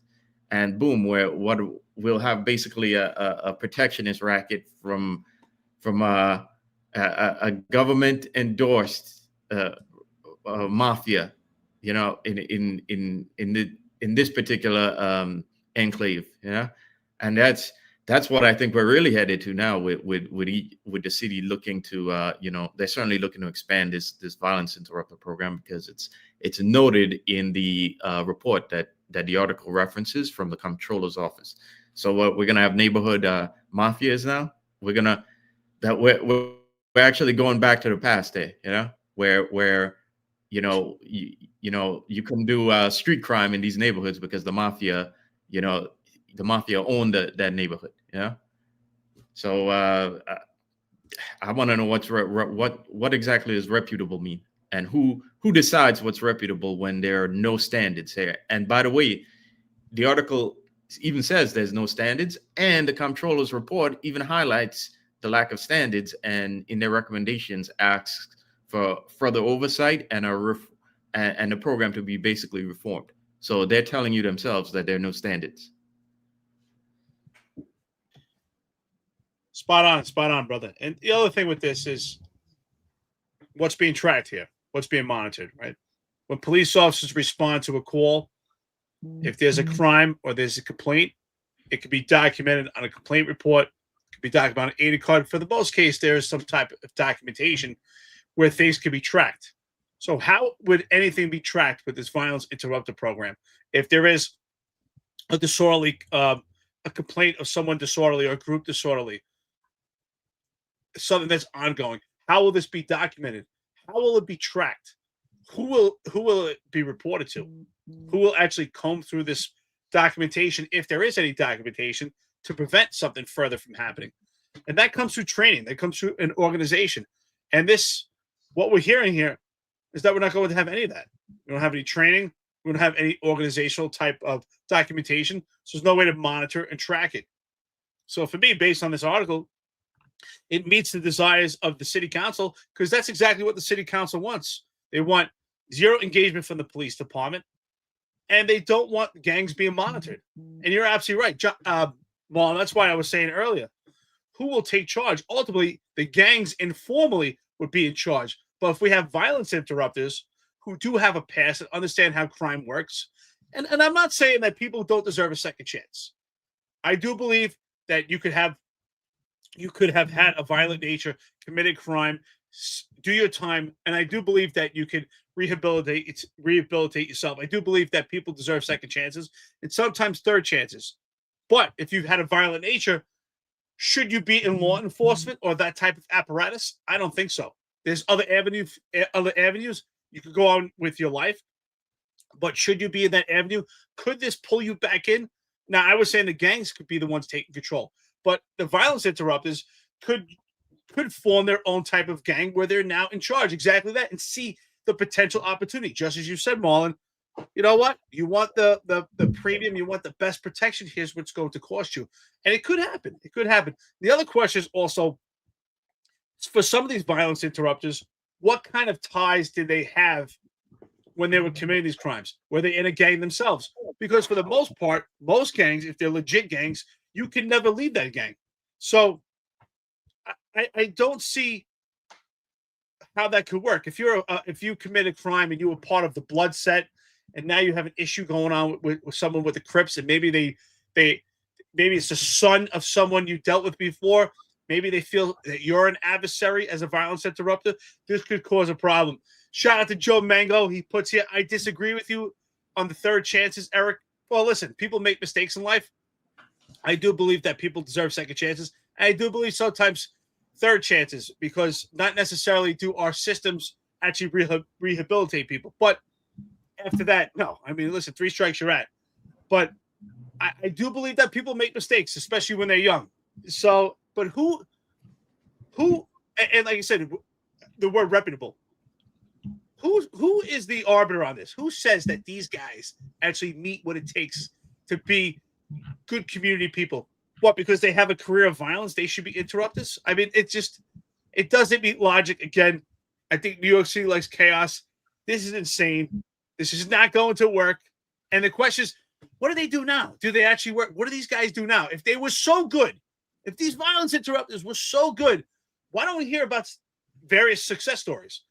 Why don't we see some of these reporters talking about success story where the violent interrupters had some type of intervention that solved the robbery pattern, that if prevented further crime, prevented further shootings? I haven't heard any stories. Can you guys think of any stories? None to mind. I mean, here's the thing. You know, everyone that pays taxes in New York City should be completely outraged. And here's the thing, right? Like, I don't dismiss any ideas. I want to give everybody a voice. I think everybody's idea matters. I think there's some good ideas even and some bad ideas, right? But here's the thing. We don't know if this is a good idea or a bad idea because it's not even properly documented. None of it, right? Obviously, on its face, we all believe that it's a bad idea, right? Just by hearing it. You're like, I don't think that's going to work. But if we're going to dedicate $100 million to see if something works, we're going to take $100 million. And by the way, we're going to take another $300 million on top of that if Mondani becomes the mayor. If we're going to see if it works, shouldn't we at least find out if, in fact, document this experiment, see what it is? And we're not doing that. So which leads me to believe is you don't believe it works. The people that are pushing this don't believe that this idea actually works. It's just a fairy tale and a grift, you know, because if you actually believed it will work, you would come up with a plan to do this for a 24 hours, 7-day a week period. Right. And that's not what's happening at all here. So I'm going to go further into this article, you know, but again, if the idea is so brilliant, you would want to be put to the test, right? If I'm such a good cop, then I should be out there on the street, right? In uniform. If I could fix the problems in the neighborhood, I should be out there fixing the problems in the neighborhood. If this actually works, you should want that documentation to show, hey, present this in front of a board of people that are going to pick you apart, a board of adversaries, and pick you apart. And I think, honestly, these we have a lot of just basic questions that shows that this program fails after the first question. And that's a big problem. And the problem is because we don't know anything that happens. The Brownsville Safety Alliance isn't just about violence interrupters. During Alliance weeks, resource tents line the streets of Mother Gaston Boulevard, connecting residents with legal aid, housing, mental health support, work opportunities, and more, all the way down to free books and bags of chips. It even featured some of the biggest drill rappers in Brooklyn on learning how to stop the bleed and use fentanyl strips, and sharing the training sessions with thousands of followers on Instagram Live. I love coming out here, bringing our services to the public, because you won't know who we are or where we're at unless you see our presence. Not a poster, said Wilma Reynolds. With the Addiction Recovery Services program Phoenix House, you see us in our community, and that's the most amazing thing. Outside of Brownsville, CMS violence interrupters are still working and appear to be succeeding at preventing shootings, a recent study by Comptroller Lander's office found. The report analyzed shooting data over the past decade and estimated that those areas where CMS programs are active experienced a statistically significant reduction in gun violence. The analysis found that police precincts with CMS-funded programs like Brownsville and Violence Out saw 20% fewer shootings than would be expected without them. According to statistical modeling, in all that amounts to 1,567 fewer shootings citywide from 2012 to 2024. That's really working, Lander said. He talked with the men at the pop-up barbershop. That's making a big difference, but there's a bunch of things still holding them back. I'm going to skip down on this one, right? So here we go. There was a general feedback of certain places not getting enough resources or money. Not only reimbursements, but how much the budget is in general. Justin Richardson, Director of Criminal Justice Service and Public Safety in the Controller's Office, said, our analysis was how effective they are in a particular precinct, but most precincts don't have violence interventions at all. Think about that. We could expand the benefit. Any shooting cost about $300,000 minimum. And that's not assuming that, and that's not even assuming that there was an injury, said Jeffrey Butts, a researcher at John Jay Criminal Justice. You'll see that these programs are much cheaper than taking the amount of money and investing it into expanded enforcement. So if you're seeing and you're listening, what you're hearing is this is where they want to move the money that goes into funding law enforcement, which again is a furtherance of the defund the police movement. So here's where it gets a little wild, right? Even as violence interrupters log real wins, they face a deep barrier to expanding their work. The NYPD's monopoly over the city's public safety system, Dana Rachlin, the executive director and co-founder of We Build the Block and one of the architects of the Brownsville Safety Alliance, told the controller when he visited. Right? So violence interrupters logging real wins. Public would like to see that, Dana. We could talk for days and days and days about payments and how much people get paid and programming and all that. But at the end of the day, nothing works if we're not right-sizing the role of the NYPD, she told them. They are the sole center, and they control everything in the orbit versus being part of the ecosystem. The NYPD's reluctance to cede ground was on display during the April's Alliance Week. Although the department had agreed to channel calls to biggest team and step back routine enforcement on the designated blocks, officers continued to circle the area and handed out at least one summon, enforcement that directly undermined this week's de-escalation goals, Rachel said. This was a very positive thing for the NYPD, and yet they are undermining it in both principle and practice, Rachel told me. It doesn't seem to make any sense at a time when we're trying to reduce the number of people going through the court system and we're trying to create safer communities. If we're not allowing the community partners to do their work without the government undermining them, then the story shifts. What do you think about what Dana's saying here? Yeah, I think Dana needs a lesson in civics. You know, I think Dana is completely unaware of the social contract that exists between citizens and government. And yes, the NYPD has a monopoly on policing and violence. Or rather, the government does. Okay, I don't. This is a complete. What it is a complete re-engineering of society is what they want. Okay, and this is just the next road down the defund the police movement and all the DEI and all the Marxism that they've been trying to shove down our throats for the last, like, I don't know, maybe close to a decade now. But I just, you got to wonder about this because I'm looking at the controller's documents and they even asked for, they said there should be like a neighborhood stat. I can't believe they actually use that word because we used to joke about that. It's like that used to be a meme, but yeah, they actually want that for these groups. So what you're basically doing is you want the police department, but you don't want you don't want the social contract, you don't want things as they exist now, but you do want the police department.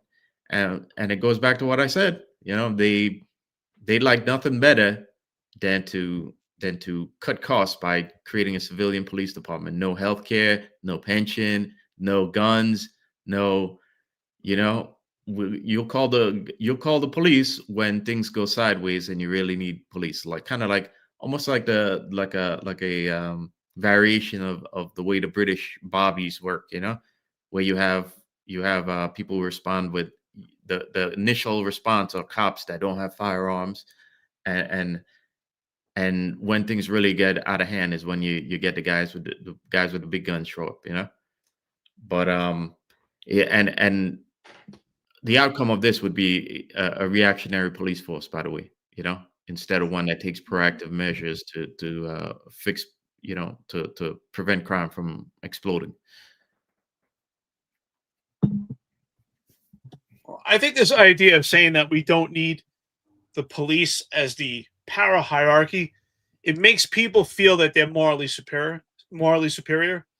And I think with that is extreme amount of denial.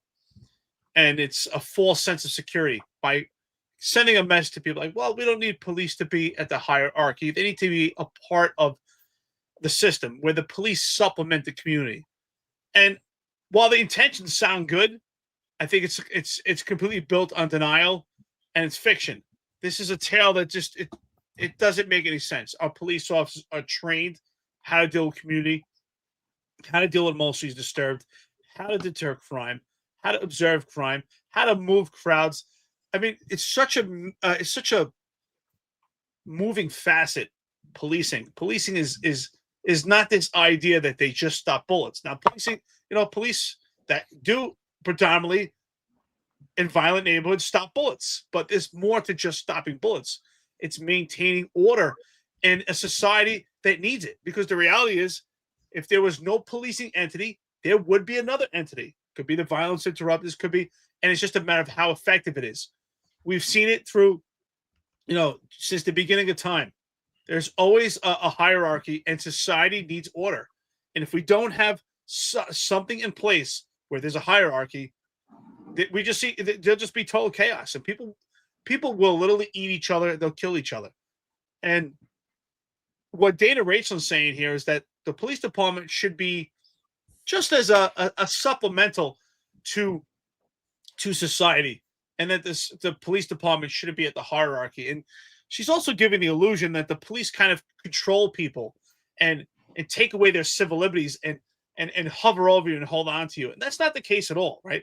For the most part, especially now, the police are so retroactive and reactive that they're not intrusive.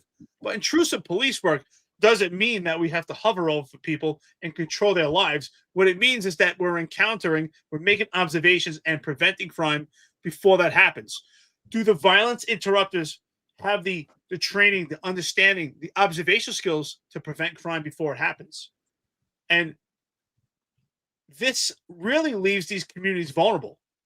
And that's the sad part. And I think ultimately I agree. Communities should be policed in a manner that they desire, but we haven't heard from the community at all. And clearly, this is not something that's being bragged about or being sold, because I have it on good order.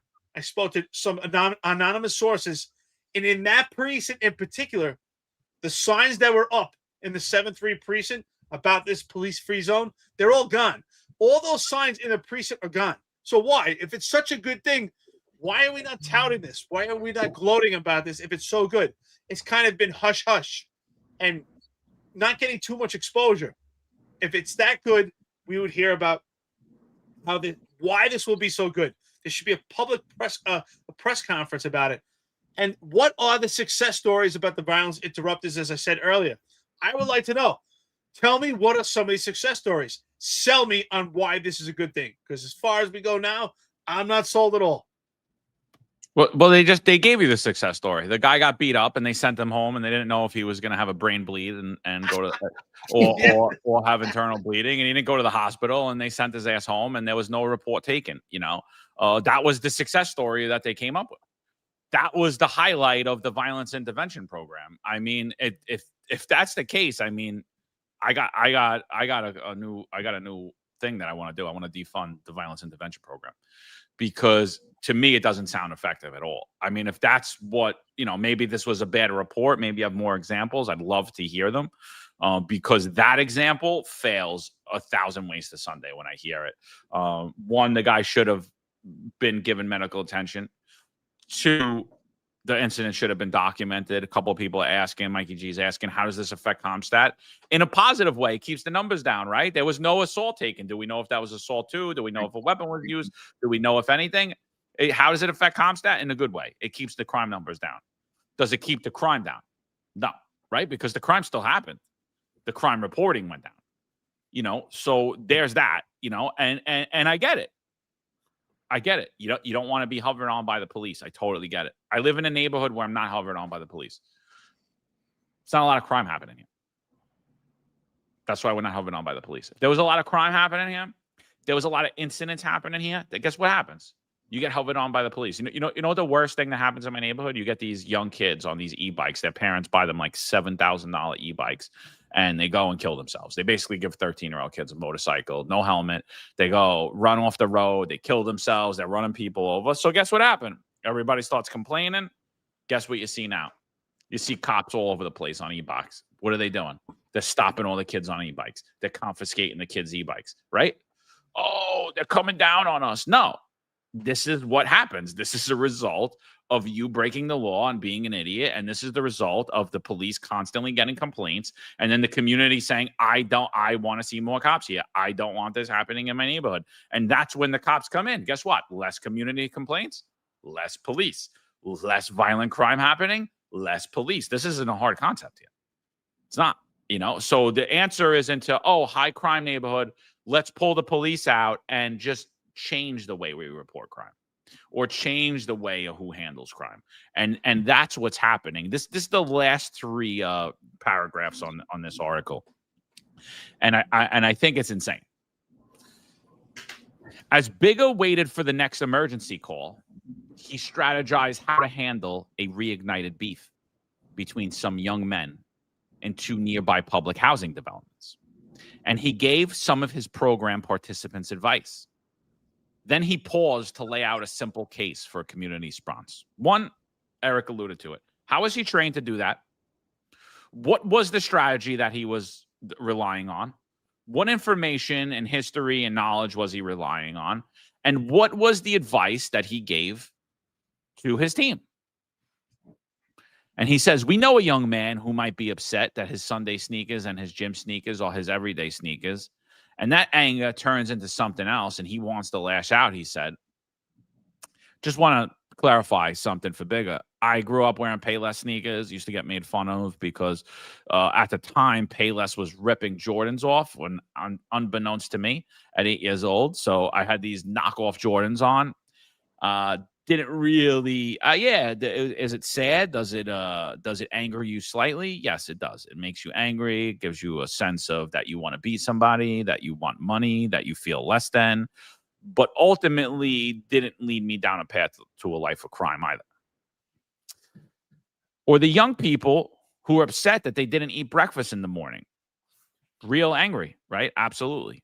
Bugs in your food, no food, angry. And they got to just keep being hungry through school. We know that. We're able to talk to them about that.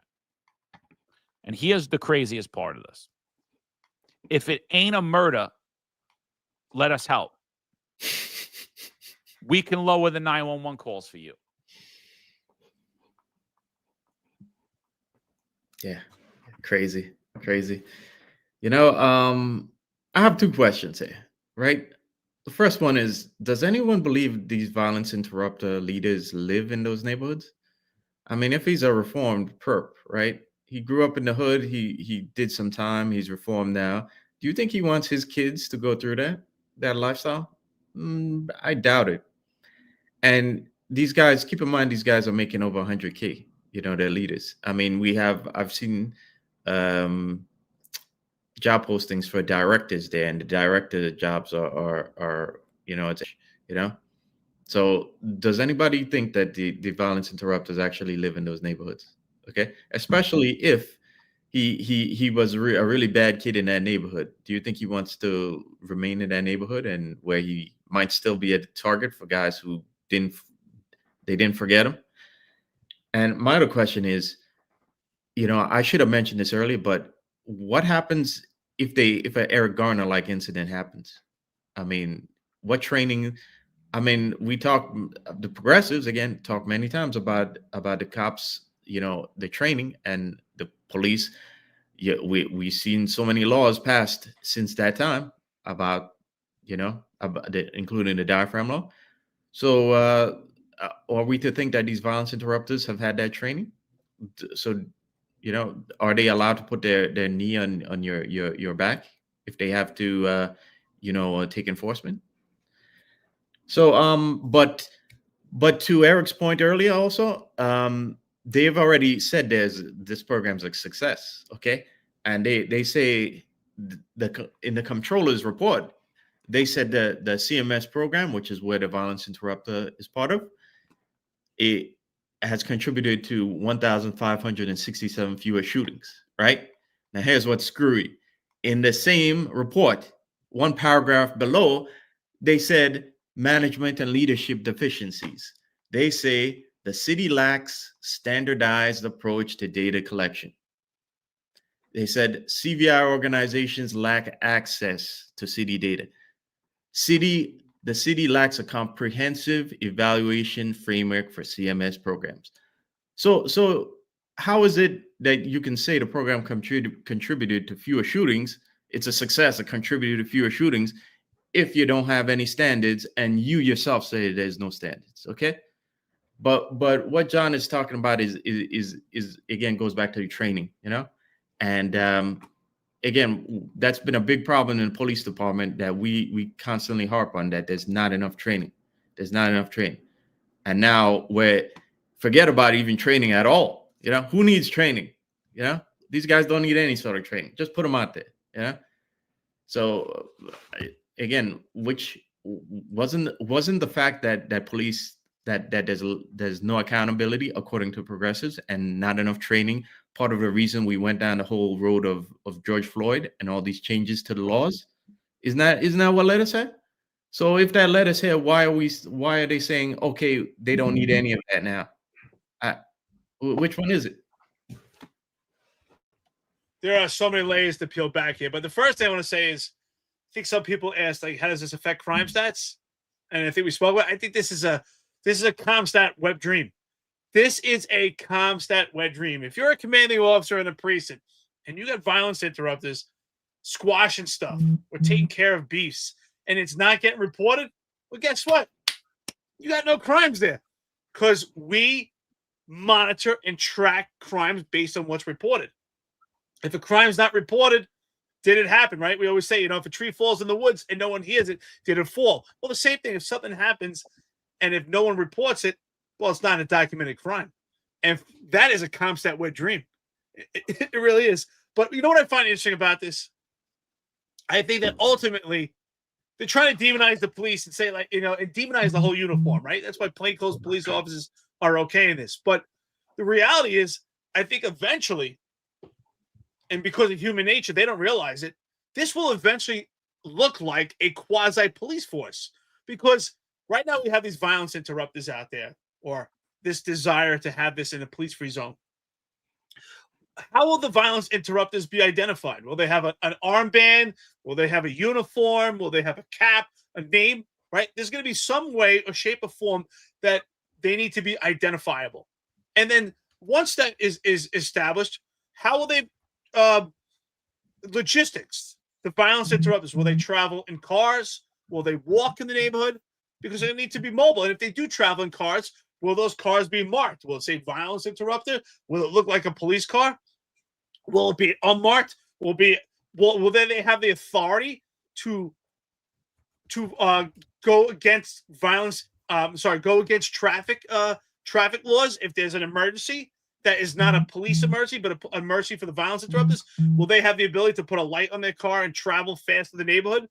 I mean, to me, that's almost like police work, right? That's policing.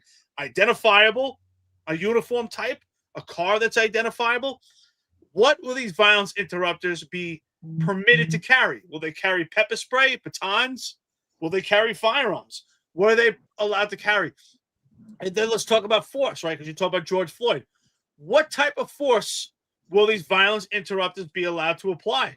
Because police officers are not allowed to put any pressure on the diaphragm law, right? That's what the diaphragm law, and it says specifically police officers, but it doesn't say violence interrupters can't put any pressure on the diaphragm.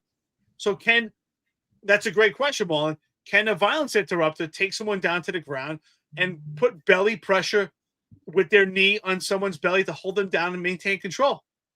What capacity? What's the apparatus for the violence interrupters? And I think ultimately the reality is, because of human nature, it's going to segue and look like a police force. Just the only difference is this is going to be a police force that has no training or lacks training. They don't have training how to handle people, how to talk to them. Is there going to be a civilian complaint review board? Are you going to be able to make a complaint against the violence interrupters because of the interaction you had? Were they discourteous? Did they use offensive language? I mean, again, remove the police all you want. You will always have some form of policing. The difference is, will it be violence interrupters? Will it be a gang? Will it be a crew? Will it be a mafia? You cannot remove human nature. Since society has been around, since God has created men, society needs someone to maintain order and needs control. If not, people will kill each other. So remove the police, you'll have violence interrupters. They'll be the police. So if this scary word is the word police, we'll always have some type of entity doing police work. Yeah, I mean, I to me, I'm just like, so what it sounds like to me, honestly, when I look at it like an overview, it's taxpayer-funded crime families. That's what it is, without body cameras. And they go around and they police the streets in the community. Nobody knows what happens. Everything gets done in a shroud of secrecy. And ultimately, you really don't know the result of their action, because I'm just going to go back one more time to that incident in the article where the male's assaulted. Who did the violence interrupters deal with? Who did the violence interrupters tell to take a walk? They told the victim to take a walk. What did the violence interrupters do about the man who beat up the victim? We don't know. Did they approach him? Doesn't sound like it. Is there any repercussion? Was there any talk with him for further violence? How do we know that the man that beat that man up didn't just go to look for him again to do it later? You de-escalated who? You de-escalated the victim, but you didn't de-escalate the perpetrator. And so that on its face just fails to me. Right? It's like glaring. It's glaring that scenario was not helped. And I would, if I had to guess, just growing up in New York City and knowing how things work, I guarantee that there's a lot more to that story. And there's a lot of stuff that happened after that story that wasn't reported. I guarantee that was not the end of that situation. We don't know who the aggressor was. It could have been actually the guy who winds up being the victim because he gets beat up. But we don't know. Did they actually properly even find that out? Did they investigate it? We don't know. So I think, when I hear that, it's like, oh, if it's not a murder, let us handle that. You know what that's saying? Defund the NYPD, give us all your money, and you guys just come in when it's really bad. Let us handle this. It's taxpayer-funded crime families, zero accountability, no body cameras, and we have no idea what's happening. And the fact that the police commissioner is not saying anything about this, the fact that it's not properly documented what's occurring, and the fact that it's for such a short window, to me, it just looks like a huge grift. It looks like it's not effective at all. And I'll tell you right now, if any way I ever become the mayor of New York City, it's the first thing that's getting defunded. It's the absolute first thing. I'm getting rid of the violence intervention program because I don't, it's been going on for a long time now, and there are zero metrics to prove why it's effective. And there are zero success stories that are public. There's zero transparency in the program. So if it's something that needs to be done, we could scale back, we could take it down, we could start over, we could actually track it. Right now, I see it as a huge grift, further defund the police movement. It's not anything that I support in any way, shape, or form. And I think it's a huge waste of taxpayer money. And I think it does nothing to alleviate crime in the neighborhood. If you're out there as a supportive group, 100%, I could see that. But again, the NYPD is held accountable to the public. Who are you guys held accountable to? Yeah, absolutely. And the fact that Mamdani wants to expand this program and pour more money into it is, and also include other, departments like he's mentioned about the social workers and psychologists responding to it. You kind of wonder if how many other agencies are they gonna, would they like to expand this to, and kind of make you service your own community, even though you're paying taxes for these government services. So I think I think there are a lot of problems in these neighborhoods, and I don't think obviously that this is going to work, and I think these communities need much more than. Again, I'm with you, Tabitha. I don't see her in here that communities need more, but at the same time, they don't need less policing.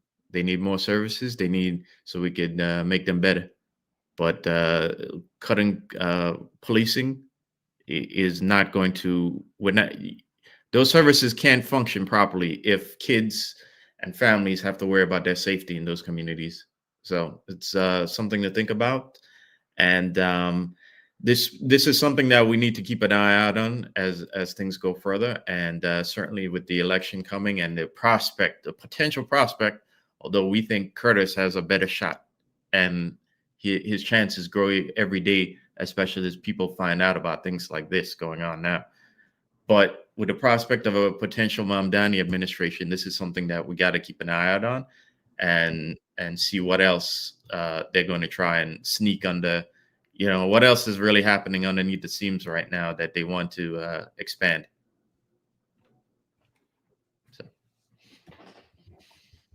So we often talk about corruption, right? Obviously with this administration.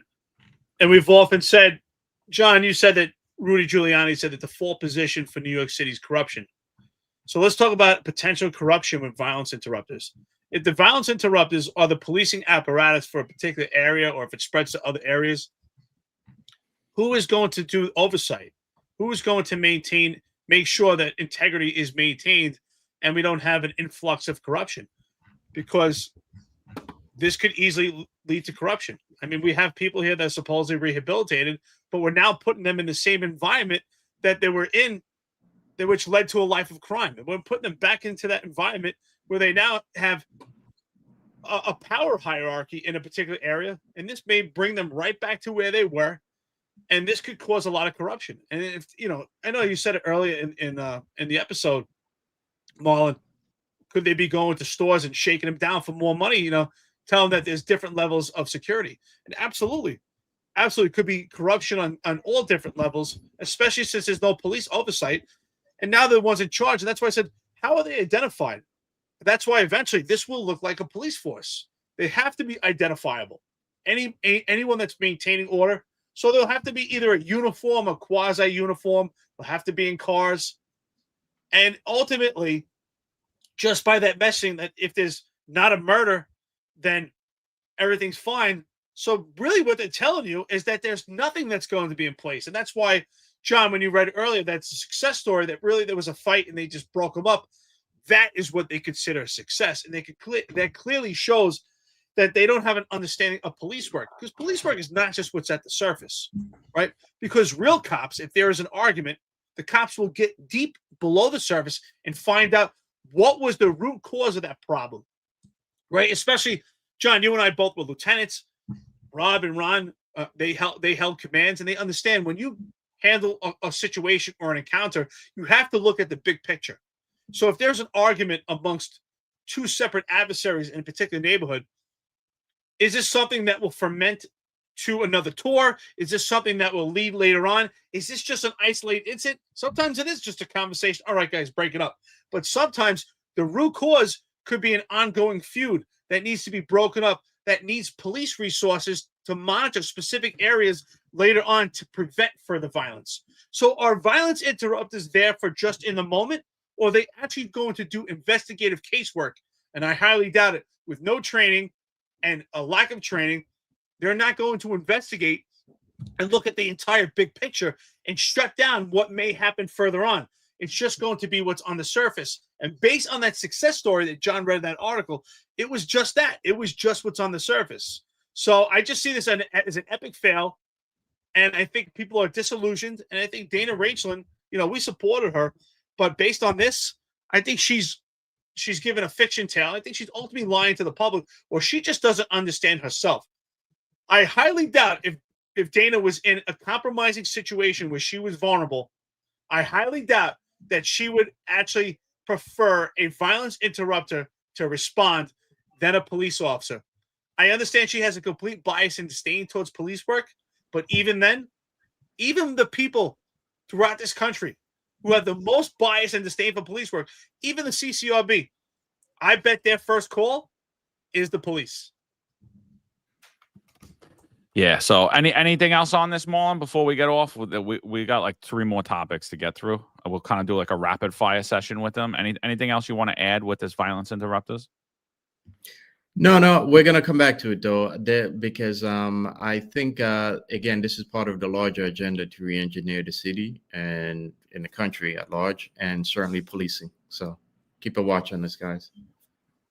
All right. So real quick, everybody knows that Leticia James was indicted. If you don't, she was indicted for bank fraud. That is a direct result of Sam Antar, not Trump's DOJ weaponizing it and investigating her. This was an investigation conducted by fraud analyst and former fraudster himself, Sam Antar, former CFO of Crazy Eddie's, been on the show before, been on Sal's show. So this is Leticia James responding to her indictment. And then I'm going to play immediately after that. I'm going to play Leticia James weaponizing her office to go after Trump. So listen to what she says here, and then we're going to go back a few years and listen to her. This is nothing more than a continuation of the president's desperate weaponization of our justice system. He is forcing federal law enforcement agencies to do his bidding, all because I did my job as the New York State Attorney General. These charges are baseless, and the president's own public statements make clear that his only goal is political retribution at any cost. The president's actions are a grave violation of our constitutional order and have drawn sharp criticism from members of both parties. His decision to fire a United States attorney who refused to bring charges against me and replace them with someone who is blindly loyal not to the law, but to the president, is antithetical to the bedrock principles of our country. This is the time for leaders on both sides of the aisle to speak out against this blatant perversion of our system of justice. I stand strongly behind my office's litigation against the Trump Organization. We conducted a 2-year investigation based on the facts and evidence, not politics. Judges have upheld the trial court's finding that Donald Trump, his company, and his 2 sons are liable for fraud. I'm a proud woman of faith, and I know that faith and fear cannot share the same space. And so today, I'm not fearful. I'm fearless. And as my faith teaches me, no weapon formed against me shall prosper. We will fight these baseless charges aggressively, and my office will continue to fiercely protect New Yorkers and their rights. And I will continue to do my job. So it sounds that, oh, yeah, no, he's coming after me. It's political.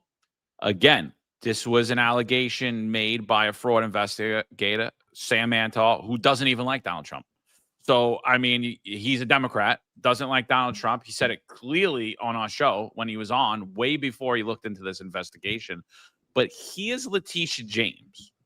When you look at her being indicted versus the charges she brought up on Trump, that was a find me the man and I'll find you the crime. This was a DOJ investigating allegations against her. But here she is years earlier. The President of the United States has complained that I'm engaging in some sort of political witch hunt, that I've got some personal vendetta against him, that I campaigned against him. That is not true. This illegitimate president who sits in the White House. That president, because he's not my president, he's an illegitimate president. His days are numbered. His days are numbered. We've got to get ready to mobilize, and we've got to get ready to agitate and irritate until victory is won, but more importantly, until Trump is defeated. We will all rise up and resist this man, and ultimately we'll bring him down. This illegitimate president, I'm going to give you the same level of respect that you gave to President Obama, and that is absolutely no respect at all. Donald Trump has got to go. Hey, hey! Ho, ho! Donald Trump has got to go. Hey, hey! Ho, ho! And the days of Donald Trump are numbered. Lock him up! Lock him up! Lock him up! Lock him up! Lock him up! That is not true. So there you have it, folks. Who was the political one? You know, who was the political one? What do you guys think about that? Yeah, I mean, you could indict a ham sandwich, you know, so that doesn't necessarily mean it's going anywhere, yeah, or she's actually gonna, you know, do time. I mean, I and the fact that she's so, you know, she still feels confident enough to get on that pulpit and say that kind of makes me think, kind of, you know, it gives me even more doubts that she's actually going to go to jail for any of this. Yeah. But I also want to point out that for some reason, these things keep happening when, you know, people are starting to have doubts in the government. And, you know, if I made like the Charlie Kirk's untimely passing, untimely death was used, it seems like it's been used to galvanize public support for MAGA again. Okay. And to get us past all the criticisms that have been of Trump not of the administration not doing what we voted for them to come in and do, and which is like have corruption, sweeping public indictments of corrupt officials, you know, and that hasn't happened, and I find it very curious, the timing of this right now, because I think just as people were having, you know, as the assassination has kind of faded in the weeks gone by. People have questioned it left and right, and there have been numerous questions on social media. Numerous people have brought out the inconsistencies of the case, and now we're having this, you know. And to me, this I'm not going to hold my breath and think that she's going to serve time, because I think what may be happening is this is just more distractions to keep us not talking about what's the big things that are actually happening, which is again, like the questions about Charlie Kirk, that billionaire who had a certain island in the Caribbean, a scrupulous billionaire, and lately about what's going on in the stock market, by the way, and people realizing that you may actually have a fake, all that booming stock market might be fake, and these are things they don't want you talking about. So I'm not going to hold my breath here. First of all, shout out to Sam Antoff for spearheading this fraud campaign and really doing a hell of a job using their own information to show an overwhelming, substantial amount of guilt on her part. I mean, the evidence, I think the preponderance of evidence, just based on what Sam Antoff put out publicly online, shows the preponderance of evidence. And the problem is, I mean, first of all, she gave a sermon, right? And the problem is, just as you said, I don't have any faith in government either anymore. There's no faith in this justice system. I mean, we've seen just blatant corruption by the Eric Adams administration, and we see Eric Adams come out like a shiny quarter throughout all his indictments, all the appearance of impropriety, all the grumblings we heard about this Crumbs crew. Eric Adams came out like a shiny quarter, and he's now going to be the ambassador for Albania. So, if anything, this heightened prolific, I guess you could say, like, spotlight of political officials being under indictment or exposure for potential corruption has actually helped them and made them better. I mean, Eric Adams, if anything, this has helped him better, where people got behind it saying, oh, this is political and he's a political target. And I can clearly see that this is going to happen to Leticia James. I think they're going to say, oh, she went at Donald Trump in defense of Barack Obama. She's now a political target. And based on what we see, right, the best prediction of the future is what happened in the past. So if it's anything like Eric Adams, she's going to come out like a shiny quarter and do better than she's doing right now. As long as she can be a Norwegian rat like Eric Adams and get through this, I think she'll turn out better than she was before. Because that's what we're seeing. You get indicted, you get something better. You get indicted, you get something better. So that's what I see that's going to come out from this. That's been like the template right now. So unfortunately, politics has become this soap opera where right is wrong and wrong is right. Nothing makes sense anymore. And she talks about perversion. I see a perversion of our justice system, and I don't have any faith in this. Yeah, I mean, why should you? I mean, like, again, Sam Antoff does a lot of fraud investigations, and I think that he's nailed absolutely everybody on city council, like in criminality. He's nailed the NYPD on misreporting of crime. He's nailed the NYPD on lying about even the murder stats. They went backwards instead of fudging the numbers for that year. They went back and fudged the numbers for the year prior, and then told you that murders were down when in fact they were up. And nothing's happened as a result of that. So, and I don't think it's the ability of Eric Adams or Leticia James have to be the biggest snake weasels. I think what it shows is that our government is systemically corrupt, like the NYPD, directly at the top. And I think that's what it is. So, when we look at the hypocrisy in here, there is a clear hypocrisy. Do I believe she'll go to jail? No, I don't. And I think the reason that you're starting to see these indictments now, I didn't read through her indictment, but I read through Sam Antoff's work. And I've also read through James Comey's indictment. And James Comey's indictment raised my eyebrows a lot. Because, again, I was like, that doesn't look like it's such a strong case. It doesn't look like it's a strong case at all. As a matter of fact, it looks like the PBA lawsuit against the vaccine mandate to me. It looks like something that if I was the judge, I'd rip it up and throw it in the garbage and be like, yeah, this is bullshit. This is the work you put into this. This is what you think. Like, I don't even know. What'd you do? You printed this out of ChatGPT?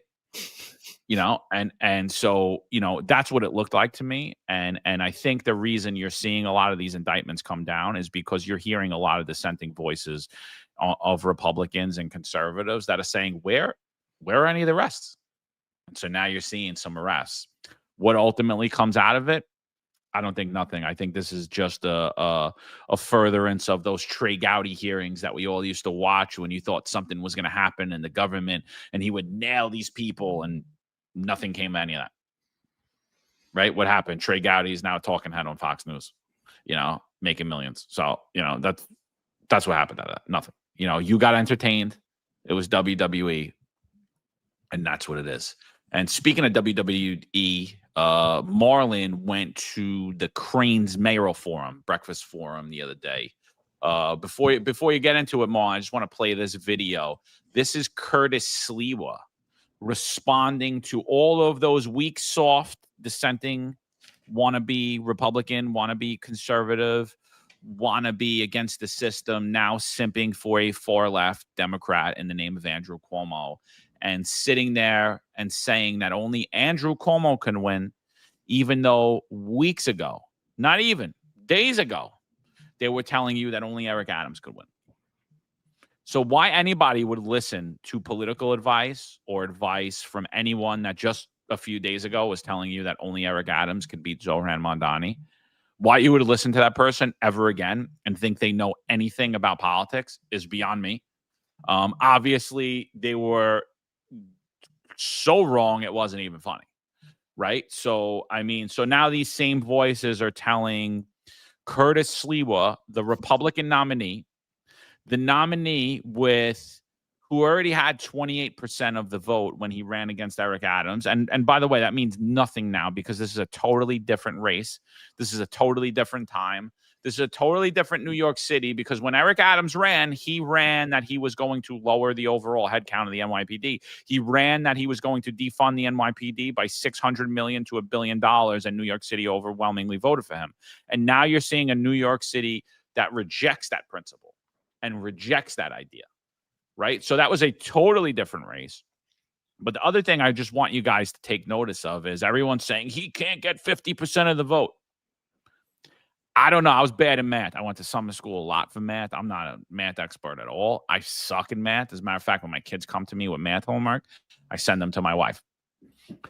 So I'm terrible in math, but I know one thing.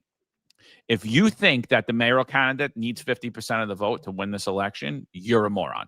I don't care what college degree you have, because he probably only needs about 34% of the vote currently to be the mayor in New York City. So, and he's only points away from that. And what's happening is you're listening to the lies of the mainstream media who are bought and sold by billionaires who have an agenda that they want to push that's based around real estate and government contracts that they need to keep flowing to keep their profit margin up. And it all relates from your tax money. And you're listening to these idiots who told you what safe and effective was, who told you that if you just stood 5 feet apart, you'll be fine, or 6 feet apart, you'll be fine and you'll be safe, who told you all of these lies. You're listening to them, and now you're going to go and split your vote and rob victory. Rob it from Curtis Sliwa because you're scared. You have no moral integrity. You have no courage. And you clearly have a very low competency when it comes to looking at the political landscape of New York City and understanding what's actually happening. Again, if you were sitting there and touting only Eric Adams could save New York, and you were sending me messages about it and wanted to debate me about it, but never would actually come on the podcast to debate me about it, you really have no business talking politics anymore in this mayoral race. Let's try again in 4 years. Let's start over again in 4 years, because you're out of the conversation already. You're out of that race. Listening to Andrew Cuomo at the Crain's Mayoral Forum. Now let's get your thoughts, Marlon, on what you observed there. Being here. Our first question is just about your candidacy overall. You're under a lot of pressure from the business community to withdraw from the race since your campaign makes it more likely that Zohran Mamdani will win, just doing the math. So why are you staying in the race given how strongly you're criticizing Mamdani's policies? You know, it's interesting. Why don't I drop out of the race? It was June 24th when Cuomo lost Zohran Mamdani and two on the top, lost by 13%. 2 months before, the polls were saying he was going to have a coronation, right? He was ahead 40%. I'm going to trust the polls. And I was being told, "Oh, you got to drop out and back Eric Adams. Eric, he's the savior." A guy who was so corrupt, campaign financial crimes. He should have been in jail with Bobby Menendez, Goldbar Menendez, but the Trump administration saved him. So I was to drop out then. How would that have worked out when we saw last Sunday before he fled to Albania that he was dropping out? What an idiot I would have been. And many of you were telling me I should have dropped out, right? I am the only mainstream other candidate other than Zohran. I am the Republican candidate. I also have an independent line, first ever, protect animals, no-kill shelters, put animal abusers in jail. I have raised double the amount of Andrew Cuomo from city residents, 15,000, average donation 129. I have more money than Andrew Cuomo. I'm going to drop out? You're all business people. Does that make any sense? How about letting the people make the determination on November 4th, right? Vote. Get the vote out.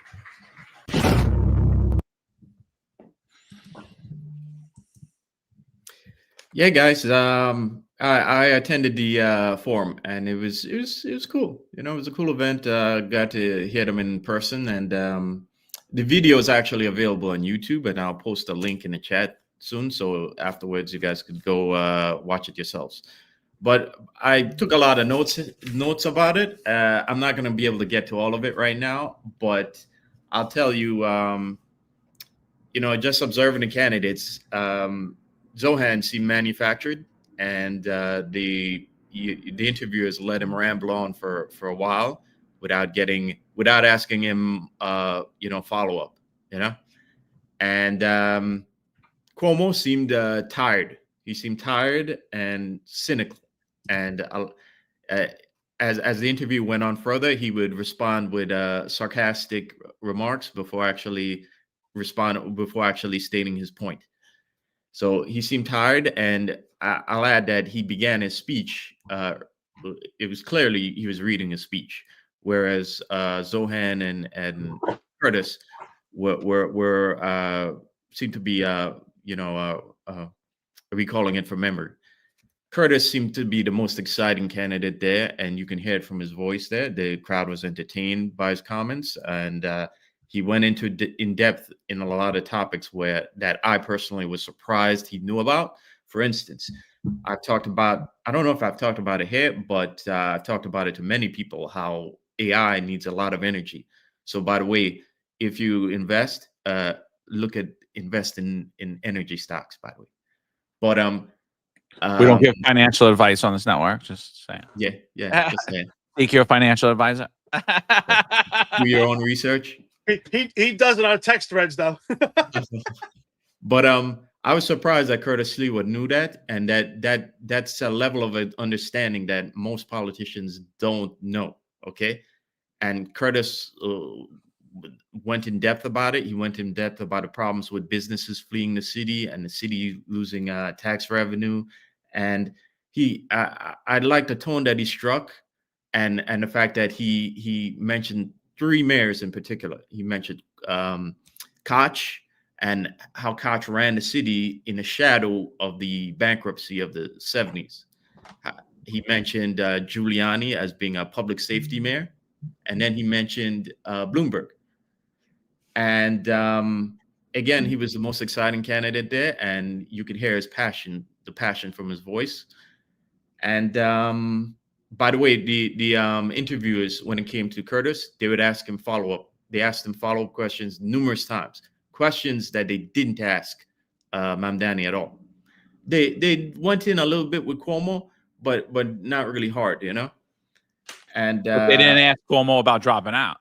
oh yeah, absolutely. They didn't not. ask him Absolutely about not. dropping out, and they loaded that question up for Curtis right there. Absolutely. Oh, the numbers show. What numbers?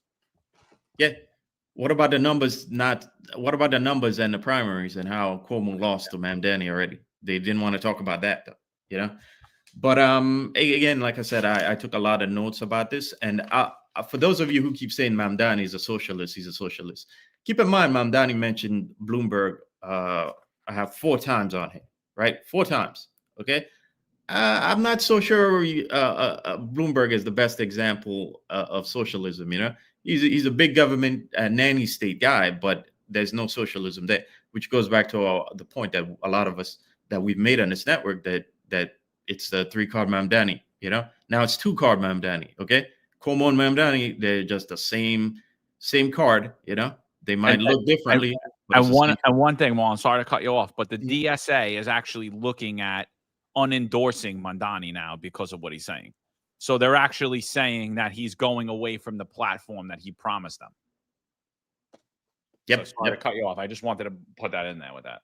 No worries. And Mamdani, he mentioned a couple of times about collaboration with business, in particular real estate. Okay, which is basically the same platform that Eric Adams had. Okay. Mm-hmm. Okay. The city of Yes was mentioned for, I'm not sure offhand. I can't recall if it was mentioned for Zohan, but it was asked of Curtis, and Curtis mentioned specifically working with community boards, which is something that Eric Adams clearly ignored. And even Ingrid had told a reporter a couple of years ago, basically words to the effect of the community boards don't know anything. They don't know what's best for themselves. Okay. But Curtis, he basically said that yes, we need housing, but we have to work with communities, and which is the right way to go about it, you know. So again, I think he impressed the business owners in the business community that was sitting in the forum, and I think he has a real shot of winning, because I think when you look at the enthusiasm in the room, I tend to think that it was more so for Curtis than Mamdani, and I think. Again, Mamdani came off as hollow and manufactured. So, well, several points I want to discuss here. First off, I think that when it comes to the polls, I think clearly Cuomo has leveled off, and the same thing with Eric Adams. Eric Adams was leveled off, which was why we saw a push by mainstream media, because the polls were showing that Eric Adams was deeply behind. I think the same thing with Cuomo. If the polls were actually accurate, they would show that he's leveled off and he's completely behind. And that's why he needs that push from mainstream media. Now, I will say this. When it comes to Curtis Sliwa, unfortunately, he's seen as this radio personality. But what I've learned with Curtis, besides the fact I like him and I think he's the man for the job right now, but from having Curtis here on an interview and also several interactions that we've had to find some filter with Curtis, to me, he showed some real depth. A lot more depth than people have expected about him. And clearly, he's a lifelong New Yorker that knows and understands, has a passion for New York City. He led New York City in the fight against crime when it wasn't trendy, he wasn't getting any clout from it other than putting himself in danger. A man that still rides the subways. I can't believe that we've come to a point that we actually have a comparison or a race between a young man who's never had a real job other than a short stint as an assemblyman, and he's gotten so much name recognition, and then we compare it to a man who spent his entire life giving his life, his will to New York City. And we hear about failures he's made and mistakes, and that's why I say everyone makes mistakes, everyone makes failures, and it's how do you come back from those failures that really identify and say who you are. And that's why I told Curtis when we had an interview, I said, you know something? You won every fight in your life, because he got knocked down numerous times and he keeps getting back up. That's the type of person that New York City needs. A person that when they get knocked down, gets right back up and fights harder. Because New York City is a place, yes, you can make money. It's an economic, it's a universe of economics for the entire world. It's the center of the universe. But it's also a place that you can get knocked down really hard. And the question is, do you have the ability to get up? And for me, that shows Curtis is a success. And he's the man for the job right now in New York City, because New York City has been knocked down so hard at this point. It's at the bottom level we've ever seen. So Curtis Lee was the man for the job. And that speech he gave, I thought was so authentic, because he said it. Listen, you told me to drop out before. I stayed in. I stayed in the race because I care. And look, Eric Adams is gone. And what he's telling you is it's the same thing for Cuomo and same song for Zohran Mamdani. So I think it was authentic. And I think if you start to really listen to Curtis, he has a lot more depth than people have expected. And they only know the man on the surface. So God bless to Curtis Lewa. I think he's the man for the job. And it's a close race, but I do believe that Cuomo has leveled off, just like Eric Adams did. And Zohran Mamdani, just as John said, is starting to lose steam because people are starting to see the reality. So hopefully the people that didn't come out for the primary, hopefully they come out now and say, this is the time. We need more voters. And that's really what, more voters, more common sense. Please do it now. Yeah. If I can quickly, Sure. Curtis started out his speech by mentioning about the Bronx is burning, which is, again, goes back to the insolvency of New York in the 70s. And to Eric's point, Eric said that Curtis being a native New Yorker, and Curtis is the only guy in that room who even touched the subject about the fiscal problems in New York City. Okay, none of the other guys seem to have a plan or even a complete awareness of it, which goes back to the point that those guys aren't native New York City guys. Okay, they're not. Okay, and which is why Curtis is the best guy. I think is the best guy for this to be mayor. And when the campaign season first started, I didn't think Curtis was. I thought Jim Walden was the adult in the room. Okay, and I left that forum thinking that now Jim Walden isn't there, and I completely object with what he's done since his campaign he's dropped his campaign. Okay, I completely object to that. Right. But I left the forum thinking, nah, it's Curtis. Curtis is the adult in the room, okay? And Curtis is the New Yorker. These other guys aren't, okay? These other guys aren't guys who are like blue collar guys who take the subway, who go to neighborhoods, okay? So that's just my feelings on it again. No, yeah, Jim was a major disappointment, and Jim should never be the mayor of New York City, and he proved that. You know what I mean? He proved that here. He proved that with his rhetoric. Oh, it's not me. It's ridiculous. So I totally agree. Last thing, CCRB numbers come out. This comes out from the PBA. Sometimes they do something good, even though they're funding people that are trying to get legislation passed, which would give CCRB board final disciplinary authority. And what the PBA says is that would mean the end of policing. So why they're funding a candidate has that legislation up, we've still yet to remain. Pat Hendry still has not responded to my email, shockingly, right? Shockingly. So here is, and also I reached out to the NYPD yesterday asking for a comment on the BSA, and they still haven't responded either, shockingly. So I guess I'll just have to write my article without you guys. So that's fine. It'll be fair and balanced. So here we go. So Dr. Muhammad Khalid, he's the interim chair. So again, this board is comprised of mayoral appointees.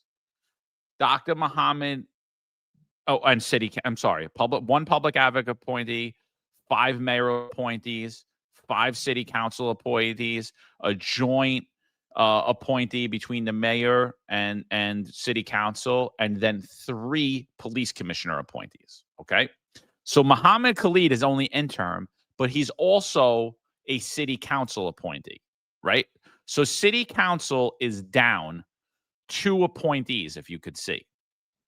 So you have Muhammad Khalid, 95% of the time he votes against cops. You have another city council appointee, Joseph A. Puma. 95% of the time he votes against cops. You have another city council appointee, A.U. Hogan. 93% of the time she votes against cops. You have Herman Merritt, another city council appointee. 86% of the time she he votes against cops. So that is 4 members of the city council, right? There should be 5. So they only have 4 votes right now. So you would think if you had a common sense mayor, you would have common sense appointees from the mayor. So best person on the entire board as in favor of the police is Pat Smith, and he actually happens to be a mayoral appointee. 38% of the time, he votes against cops. Okay? The other mayoral appointees, Raul Agual, 84% of the time he votes against cops. Shireen Crawford, 89% she votes against cops. June Northern, 89% she votes against cops. John Siegel, 90% of the time he votes against cops. So mayoral appointee is actually missing. No, actually that is filled. That is filled, and only one of them actually votes against. Actually, one of them appears to be impartial and not politicized, and that happens to be Pat Smith. Now, the other thing is you have the police commissioner appointees. There's supposed to be 3 of them. There's only 2 of them. That's how much Eric Adams cares about you and your career. That's how much Jessica Tisha cares about you and your career. This is the public safety team. This is how much John Shell cares about your career, or now Mike LaPetri. So they've only appointed 2 people. One of them happens to be Mr. Nice Guy Joe Fox, who's all over social media taking photos with cops. He votes against cops 69% of the time. It was much higher a few months ago when the PBA first put it out, and since then he's started to bring his numbers down. I only believe because he was exposed. Frank Dwyer votes against cops 46% of the time. So what you see here is if you had a mayor, he would have 5 mayoral appointees. He would ensure that the chair of position would be filled with someone who's fair and balanced. And he would ensure that the police commissioner had 3 appointees. So as it sits right now, the vote would be outweighed by city council because this board's supposed to be compromised of 15 people. It's only compromised against 14 people. Your vote would be 9-4. Or potentially if the mayoral candidate swung because they were a joint appointee, if the chair swung, you would have an 8-4 vote in favor of common sense and the police. You don't have that because Eric Adams is just like Bill de Blasio, is just like Andrew Cuomo, is just like Zohran Mamdani, and they're controlled by radicals, and they appoint radicals on their board. Andrew Cuomo's CCRB board will look just like his parole board would look. Love cop killers, love criminals, hate cops. Zohran Mamdani's CCRB board would look just like Eric Adams' parole board, CCRB board looks, just like Bill de Blasio's CCRB board looks. The only one candidate who has a plan to fix the CCRB board is Curtis Sliwa. How do we know? We spoke directly with him about it. So, I mean, if you care about public safety, if you care about cops, you vote in Curtis Sliwa. If you don't, vote for one of the other 2 bums. Marlon, I don't want to interrupt you, but I just want to say, I don't understand, John. Isn't Eric Adams pro-police? I don't get it. Oh, but he gave us the contract, Mo. That guy's great. Yeah. Scott, Yeah. I can't believe Joe Fox on here. That's crazy. This is a guy who's always taking pictures with cops and going to precincts and talking, and yet you're voting at. Come on, guy. 70%, almost 70% here. I don't understand, don't understand. But this is where those self-interests come into play again, because if he were to start voting the way he should with looking at the situation as a former cop and looking at these police encounters from the perspective of someone who's been in law enforcement and knows a little more than the civilians on that board. And also in other ways, I'm also referring to Frank Dwyer on there because 46% is also a little bit hot. But Joe Fox in particular at 70% is outrageous, I mean, but this, again, self-interest, because if he starts voting like he should and he wouldn't be invited to those progressive parties anymore, He won't be able to hobnob with these rich elites anymore. So again, self-interest trumps the the health of the department and the quality of job life for cops, and it's shameful.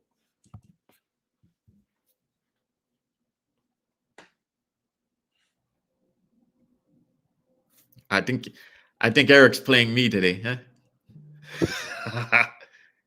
No, your mic, Eric. Can you? Okay. How about not? I just took Marlon's place. I think Joe Fox got to my mic.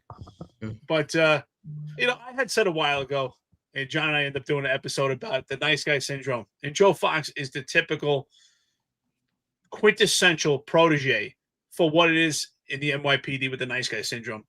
Nice to everybody, wants to take pictures. But here was an opportunity to do some good. And we know with the failed investigations, the lack of training, the incompetence of the investigators in the CCRB, there's no way that these numbers are so astronomical that someone could find in cases a 96% cases against the police officers, that 96% of cases the police officers are doing wrongdoing. Think about that. That would say that our rank and file is just a complete epic fail. That would say that the NYPD is doing a terrible job out there, which is absolutely not the case. The rank and file does the best job that they can in this flawed system of leadership that they have right now. Hats off to them for doing an outstanding job. And Joe Fox had an opportunity to really fight for them, and he didn't. This is just an epic fail at this point. I really feel sorry for the cops with CCRB, and I think my case proves the overzealous, the obsession by the Civilian Complaint Review Board. I had a career of 18 years and 9 months on the street. And in a 2-year period from 2018 to 2020, I had 85% of my civilian complaints. Nothing had changed in my career other than the legislation and the power and the obsession by the CCRB. I did the same proactive, intrusive police work I was doing throughout my entire career. And if anything, my CCRBs came on towards the end of my career when I got more experience and even better at what we were doing. So it's just completely flawed. These numbers are astronomical, and it shows how important it is who the mayor puts in these positions. So to think that the cops were saying, oh, Eric Adams supports us, I mean, this is just evidence here to show you that's a complete farce. And yet we see numerous blame on Mamdani, and yet he's not even the mayor yet. We hear about defund the police. We hear about removing the police. Guess who's the mayor right now with police-free zones? Eric Adams. Who's the mayor with this biased, obsessed Civilian Complaint Review Board? Eric Adams. Now, I'm not saying Mamdani is going to be any better, but can we put blame while it's happening right now? Let's not talk about what's going to happen in the future with Eric Adams, because Eric Adams is not here. It will not be here. But let's talk about what's happening in the present. And these failures come from former Mayor Bill de Blasio, and Eric Adams 2.0 took it over the cliff. I mean, CCRB is a complete disaster. It impedes police officers from being intrusive. It impedes police officers in their career. It's completely biased. And I'm saying the CCRB has a complete obsession. It's an obsession to find guilt on the cops. And Joe Fox, I mean, you had the golden opportunity. I would love to take that opportunity to be in that position where you could have spread your experience and talk to the other people on the board and say, listen, what you're doing here is wrong. And he definitely publicly spoke about it. It's everything we've been talking about. It's self-image. Just take care of me. Take care of me. So for the cops that are out there, every time you take a picture with Joe Fox, think about it. When he puts his arm around you, how do you feel? How do you feel? Because if you had a Civilian Complaint Review Board, there's a good chance he's going to vote against you. And yet he's taking a picture with you. So think about that. Yeah, and he's talking about leadership, which is ridiculous. It's like leadership is what John Schell tweeted at me the other day, and it's what immediately upon his retirement, and it's the same thing that Joe Fox. What's the leadership look like? Just take the shot, kid. That's the leadership. You're real brave, bro. You are a real man of God. You're a real man of your oath. Like ridiculous. And I don't know, man. And just the silence during the corruption from all these people I've never seen corruption like that ever. I never even thought it was possible in modern day New York City and modern day NYPD. And the silence from all of them really, it just sits with me. Like I don't people always like, oh, you're too nice to all these guys. And I'm like, I just don't care about them. Like, that's the thing. Like, I don't harbor any hard feelings towards any of them because I just really could care less. I'm like, I don't care what they have to say because I don't respect them. And I think, the fact that you can't come on the show, people saying have Joe Fox come on. We invited him on. He doesn't want to come on here. If he wanted to come, he has every opportunity to come on here. Everybody we've ever criticized knows they have the opportunity to come on here, and more than likely we've invited them on here, and they chose not to. He blocked me on social media. I was nothing but respectful. I tried to have a conversation with him about CCRB, and he blocked me. But he would take a picture with you, though. Would you take a picture? But exactly, and that's the point, right? Like, there's no debate there, right? There's no debate. You can't have a civil debate, and that's not leadership. Leadership isn't blocking out dissenting voices. Leadership is understanding those dissenting voices and then being able to articulate your position or what you could and could do or why you stand where you stand. We don't know where they stand. I did a podcast a few weeks back. Just came out. It was like a true crime show with Lauren Conlon. I traditionally don't do anything true crime, but this was related to modern day true crime. Check this out. It's on Apple. The episode that I did was the last episode. It's also on Spotify. It's called Midnight Currents, the Brooklyn nightclub drownings. And the only reason I did it is because it's related to Eric Adams and it's related to the things that we've spoke about on this show. And it's related to bringing down the March program during that time. And all of these leaders knew that there was something up with that. And you don't even need to listen to my part of it. I come in at the end of the show. I'm only on for about 10 minutes. Listen to Lauren talk about the Mirage nightclub. So there were murders happening and people that were just mysteriously washing up right around the Mirage nightclub in Brooklyn. Frank Carone was associated with the Mirage nightclub in Brooklyn. What you want to hear from the beginning of this and what you hear about it is they talk about the Mirage and how many SLA notifications they had, how many 311 calls and 911 calls that were there. Lauren lays that all out. And she lays out that there were allegations that there was so many people ODing that they had their own private ambulances outside of it. And so what happened is it started to get bad press. And then Eric Adams, basically went to bat for the Mirage nightclub. Saying that it was the SLA that he needs control of. Because remember, State Liquor Authority is a state.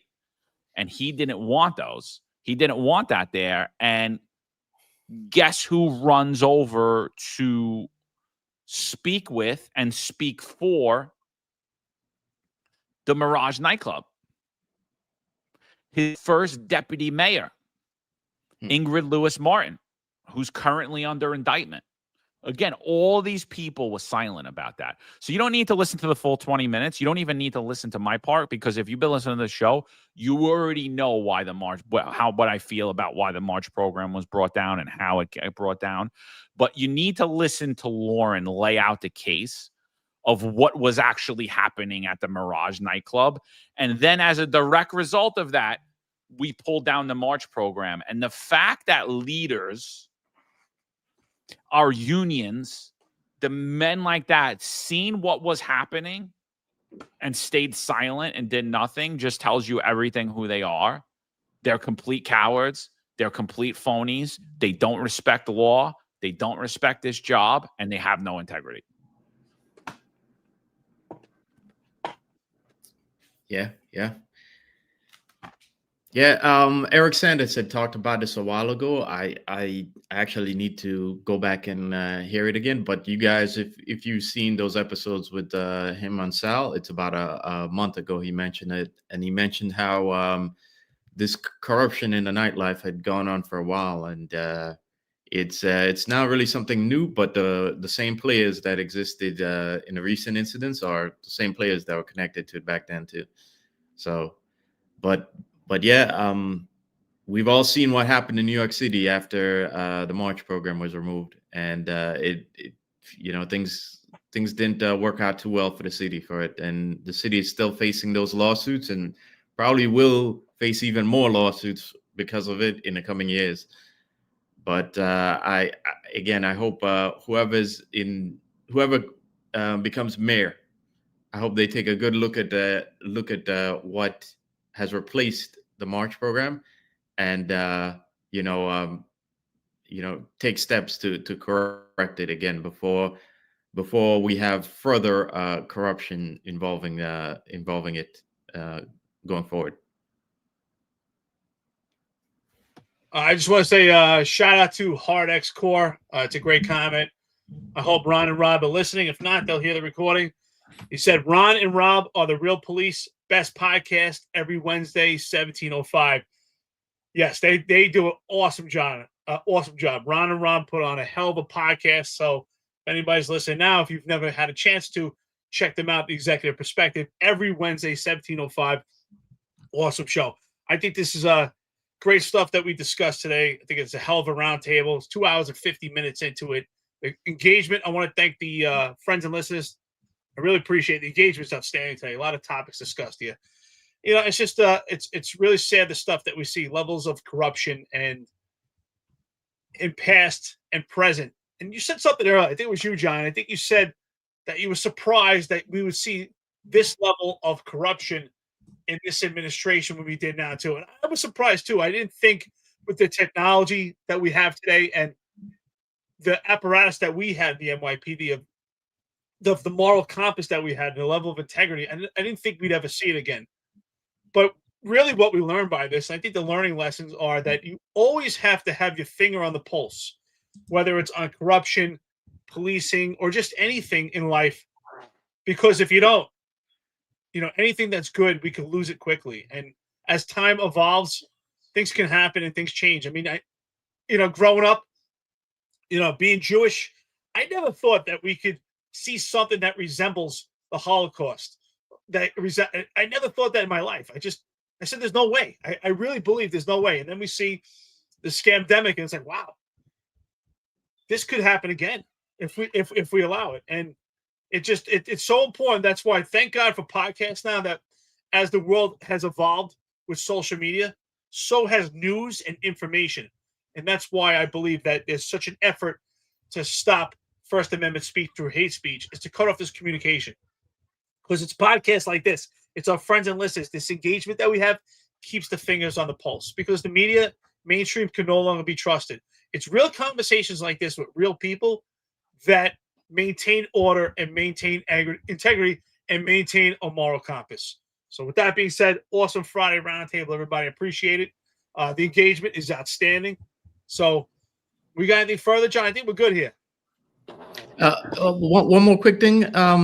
Just to go back on the March program, that there was a comment in there that said the March locations were based on community complaints. I see it from KB, and I agree, KB. And something to think about here, right?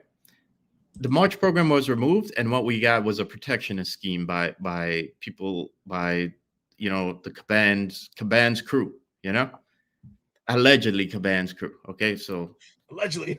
Yeah, but you should keep thinking about that, because what you're seeing with the violence interrupter program, what's going to happen?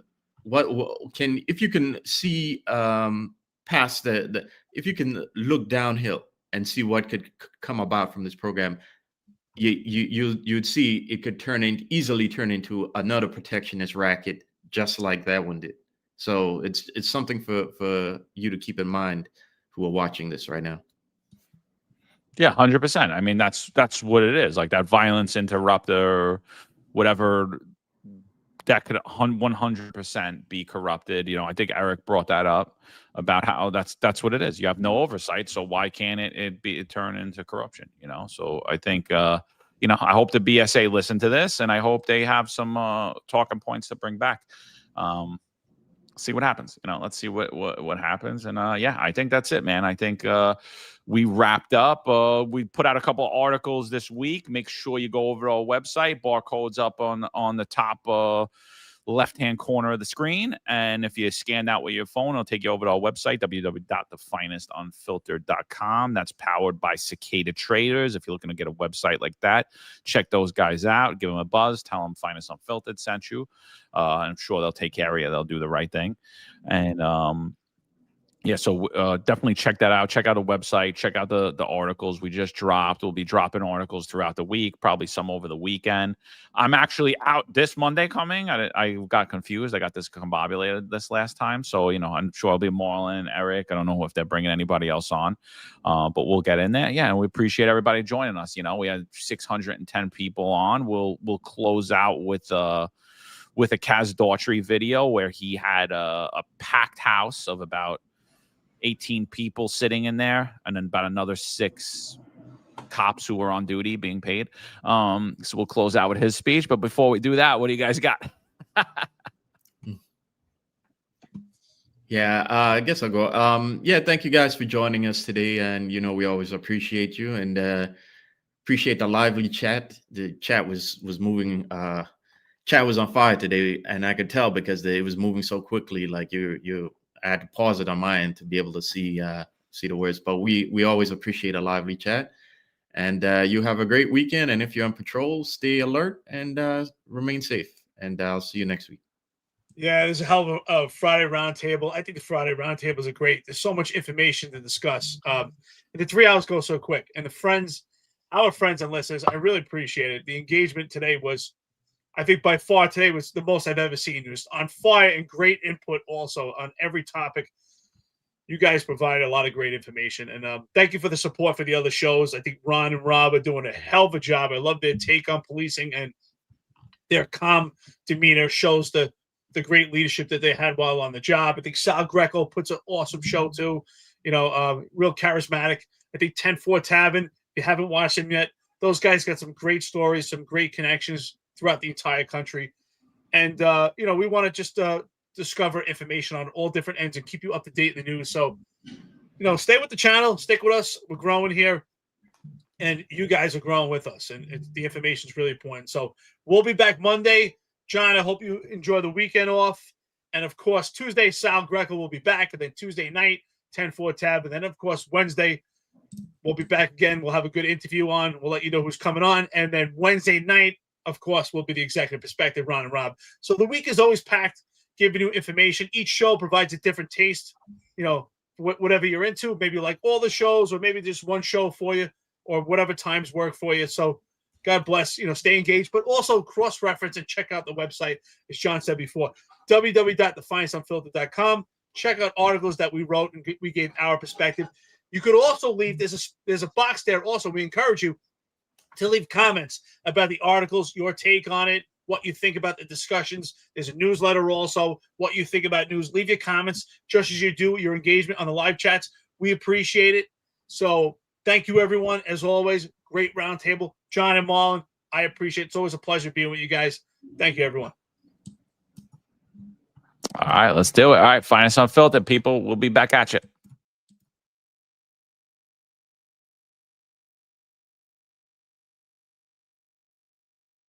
Thank you for allowing me to speak to you and share some of the data. I will go outside and go finish taking the pedicabs that I initially wanted to stop and go take. I saw them on the way up here. It was 7 of them. We made eye contact, and they know I'm coming back because they all know me.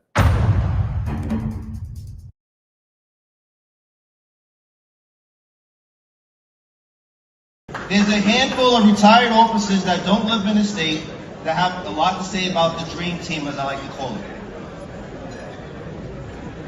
All of a sudden, they retire and have a master plan on how to fight crime, but nothing to contribute when they were here. They want to come back and be part of the dream team. What can I say?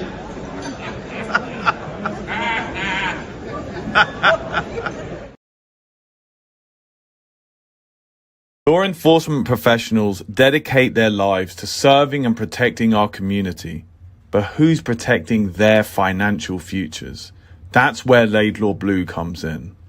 Our wealth management platform is specifically designed for the law enforcement community. Laidlaw Blue is a division within Laidlaw Wealth Management, run by retired New York City detective John McDermott. His status as a retired detective uniquely positions him to establish a deep connection between Laidlaw Blue and the law enforcement community. Our platform is easy to use and provides a range of financial services, including investment management, retirement planning, and insurance solutions. With Laidlaw Blue, you can secure your financial future and provide for your loved ones. Our team of experienced financial advisors understands the unique challenges and opportunities that law enforcement professionals face. We're here to help you navigate the complexities of financial planning and achieve your goals. Laidlaw Blue. Secure your financial future today. Book a meeting using the QR code displayed or call us directly on 888-901-BLUE. That's 888-901-BLUE.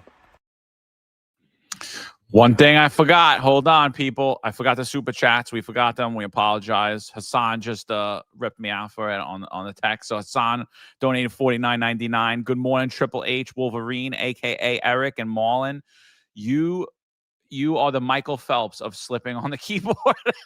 Enjoy the Shake Box Espresso, not sure what Marlon drinks, but enjoy. Where's Chief Green Goblin? Fred Flintstone, a.k.a. Layson, in love and memory, Derek. Frankie Pagliucci says, when you remove God and faith from a place, it becomes easier to attack. VSS Ventura says, perps policing perps. Great idea from the gaggle of the Gorbachevs that run New York City. This was my favorite one. Sleepy Joe, 61 interrupters for crime analysis instead of violence interrupters. Snake Plissken, the evidence is still there. She can't deny it. Everybody, thank you. Appreciate it. We'll be back at you.